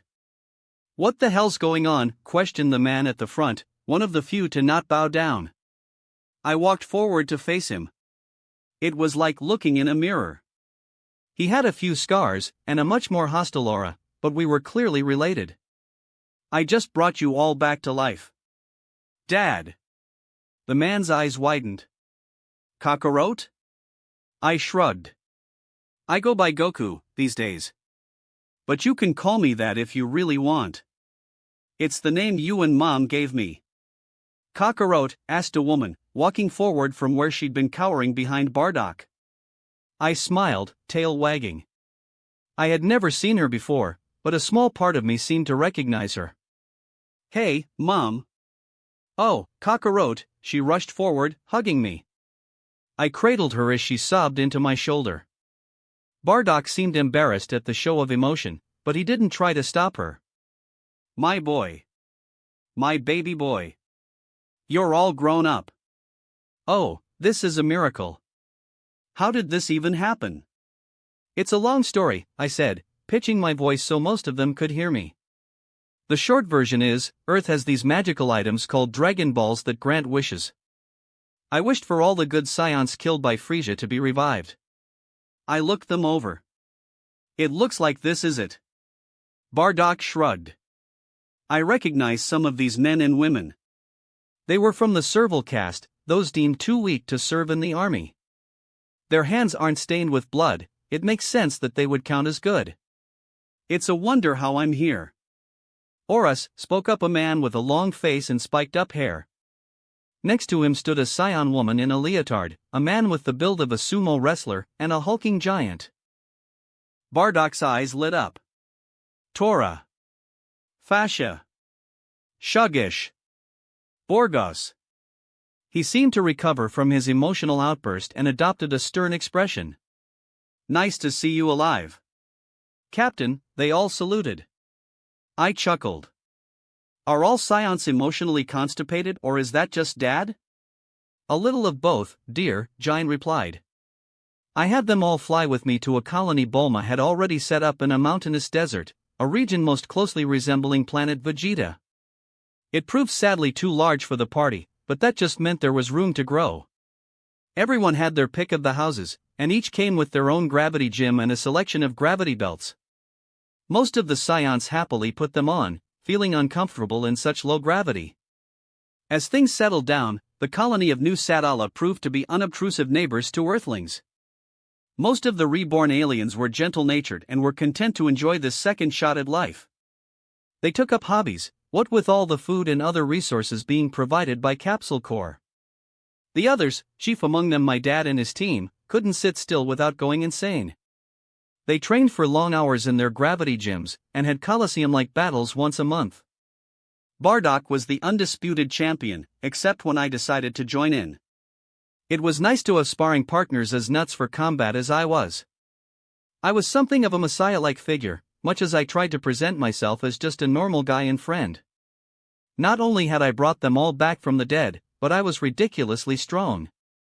I had lost my sense of perspective, but Bardock had been considered elite with a PL of 10K. I was over 10M and closing in on 20M every day. Let's just say I always was greeted with a smile and got anything I asked for. As they settled in and started to think of themselves as actually living on Earth, their soul marks came in. The soul marks had become something of a culture since their arrival. They appeared as tattoos etched over the heart, with 2 or more symbolic representations of the people who shared them. Some people swore by them, refusing to even date anyone except their match. Others discounted the whole thing, insisting on being with whoever they wanted and damn these weird magic bits of ink. Capsule Corps, naturally, set up a database of willing volunteers to help match up the billions who suddenly had a surefire way of finding their perfect half, or thirds, or even more. The existence of multiple matches led to a surge in public awareness and acceptance of polyamory, as well as new laws to redefine the structure of family and next of kin. The Dragon Team, as we had taken to calling ourselves, were not unaffected. Bulma, Chi-Chi, and I naturally had matching marks. Ours was of a man inside a fiery corona, with a brain the same blue as Bulma's hair and an ox head with a tiara surrounding it on marked orbits. It looked like a model of a solar system, making Bulma's metaphor for our relationship very apt. Bulma was confident that additions to the mark would happen over time. Due to the wording of the wish, only those that were physically mature and considered themselves denizens of Earth were affected by the magic. Given that everyone was functionally immortal, that meant quite a few May-December romances might prove to be the real thing as time went on, which I'm sure would cause controversy on the world stage, but that was an issue for another time. Tien and Kaiatsa got married soon after, a small affair with just us and a wedding cake shaped like their mark, a mime with 3 eyes. Yamcha and Launch had a messy breakup over the fact that she didn't have a mark, which meant one of two things: her match was still a kid or an alien. Krillin didn't bother looking up his match just yet, not ready to settle down. Master Roshi took the fact he didn't have a mark as an excuse to continue his usual womanizing. Ox King and Grandpa Gohan, as it turned out, shared a mark with fortune-teller Baba. The three were currently dating, and she had moved her castle next door to theirs. "You know, there's something a bit weird about this whole eternal youth thing," Chi-Chi spoke up one day, when the three of us were enjoying a picnic in a park. "What's that, doll?" I asked, looking up from her lap. "I'm probably going to have half-siblings younger than my children." Chi-Chi combed her hands through my hair. Bulma patted her shoulder. There, dear. I know the idea of parents having sex is icky. But it's beautiful, in its own way. Just focus on the positive, your family is growing, and there will be someone new to love." Bulma chuckled. "Not just for you, but for Goku here. If Jine isn't pregnant at the wedding, I'll burn my dress. They're all over each other, from what I can tell." "I hope it's a girl," I said idly. "I already have a brother out there. A little sister would be nice." "Of course he doesn't have a problem with it," Chi-Chi muttered to herself. "Let me take your mind off it," Bulma said, leaning in for a kiss. We'd introduced the idea of intimacy between the two, and Chi-Chi wasn't opposed to it. They mostly did it to rile me up, because it had a serious effect on me. Case in point, I growled low in my throat, split into a multiform, and leapt at the two. The 23rd World Martial Arts Tournament had a record low attendance of 72. Rather than fear over the whole King Piccolo murder spree, it seemed to be because people knew I would be attending. With a proud smirk, Bulma explained that she had leaked a few of my low-key workouts on the internet, showing me moving faster than the eye could see and throwing energy blasts like they were free candy. When I asked why she would do such a thing, she got a fire in her eyes. "I'm not going to let that Mr. Satan poser take all the credit in this timeline. If anyone is getting hailed as a hero and getting cities named after him, it's my future baby daddy." I just nodded, afraid of setting her off further. With the wedding just a couple days away, she was extremely high-strung. Anyway, the preliminaries were short this year. In the spirit of fairness, Kaiatsu didn't rig the drawing this time.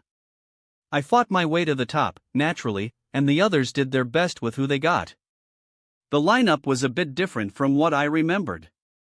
For one thing, Dr. Jero was on parole and happily working as a consultant at Capsule Corps. I had used the CC on him personally. He was ethically working on bioandroid research as the next stage in evolution, and was one of the few Bulma and Dr. Briefs could carry an actual conversation with.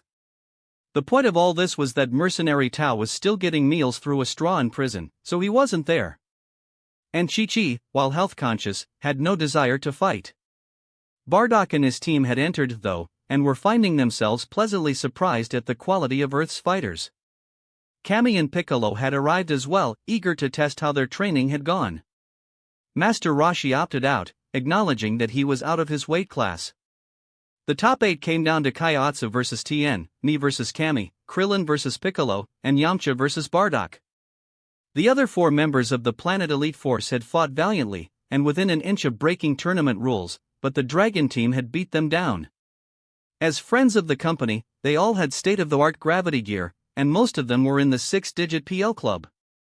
Even with Zenkai boosts from brutal fights allowed by Sage Pills, a handy replacement for rejuvenation pods, I'd been told, the Saiyans lost since most of them were brawlers with no technique to speak of going up against trained martial artists. The exception was my dad, whom I personally sparred with once a week and pushed himself the hardest out of all of them. I felt sorry for Yamcha. "Please tell me your dad knows the meaning of the word restraint," Bulma begged me when she came to visit before the quarterfinals. "Not as well as you would hope. He's a born and raised Saiyan. If he doesn't give his all, it doesn't count as a fight," I answered. Bulma got alarmingly red, before she took a deep, cleansing breath and let it out. "Fine. It's fine. We could use a bigger arena anyway." The announcer hyped us up before the matches started. Bardock seemed to get a following just because he was my dad. Then the fights began. Tien managed to defeat his husband, winning something I would guess based on the blush he got after Kaiotsu whispered in his ear. Kami and I bowed to each other, grins on our faces, before facing off. This was the first tournament where I wasn't using gravity gear. I decided it would be an insult to the other fighters now that they were at such a high level. I'd match their PL and win with technique, I had decided. The Guardian of Earth proved his might and mastery of fighting, but all my experience with Bulma's droids and the other fighters proved its worth. Piccolo proved to be a fast learner and dedicated disciple of my teachings, managing to beat Krillin and make it look easy. Yamcha reached the achievement of lasting a full minute against Bardock, before going into shock from so many broken bones. I made sure Yamcha got his sage pill soon after, and then spent the time leading up to the semifinals cooing at my mom's baby bump. Bardock looked liable to crawl out of his skin at his son behaving so emotional. He said the word like it was a curse word. Tien was easily the most powerful human on the planet, which unfortunately for him didn't do much against the most powerful Saiyan. We had a good proper rematch, and I finally took him down with a pressure point barrage. We shook hands afterwards, which got real cheers and camera flashes from the crowd. Piccolo and Bardock had a real knockdown, bare-knuckle fight. Somehow, they'd gotten it into their heads that this was a showdown between Namekian and Saiyan. Slug went up against Monkey, both putting on a real showing, especially since both had a PL of over 1M. Bardock finally won more from luck than anything, tackling Piccolo and managing to force him to fall on the ground outside the arena while my dad flew just enough not to touch it and get a double knockout. I comforted my protege with a hug, while Bulma gave him a sage water and Chi-Chi wiped his sweaty face. Bardock seemed a bit put out that we were showering attention on the loser instead of the winner, but Jine managed to distract him with the baby kicking. Can't believe I lost from a damn ring out. I can fly. Piccolo grumbled.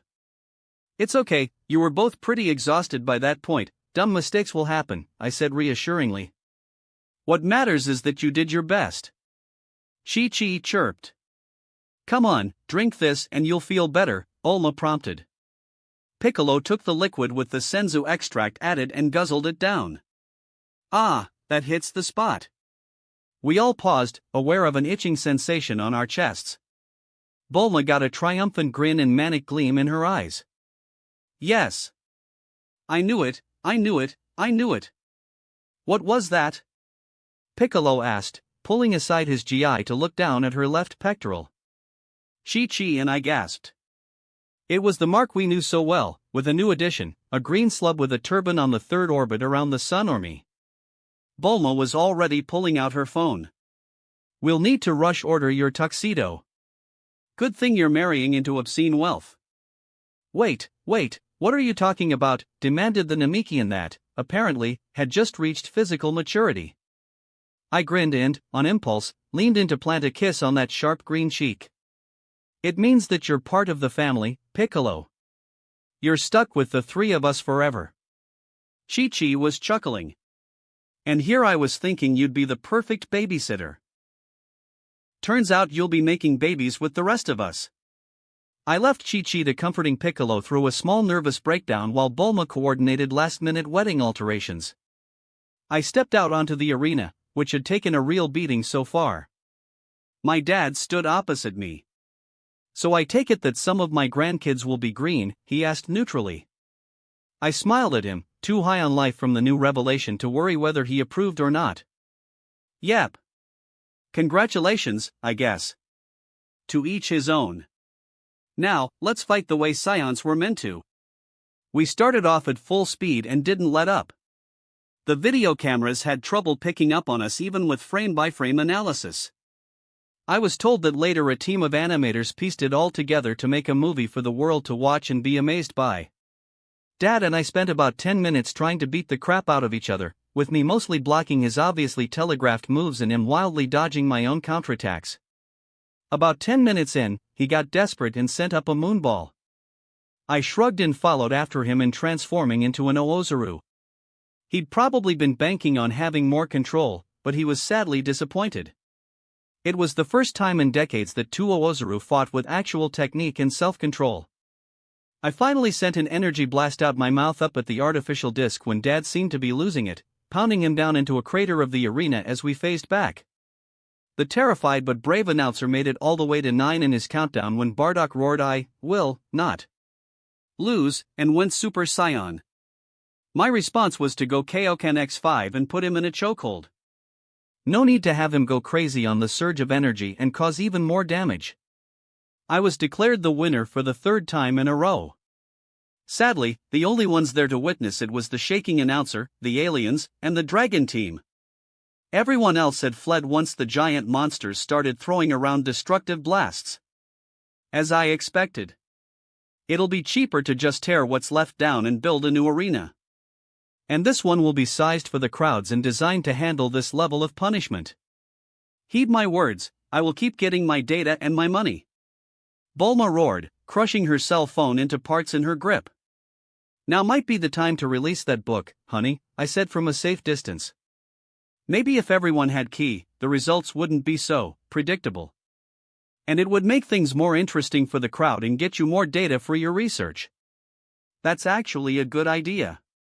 And it'll give people time to learn while the new arena is built and we get used to being parents. Which sounds like a better title, Forgotten Art or Groundbreaking Science. Chi-Chi spoke up.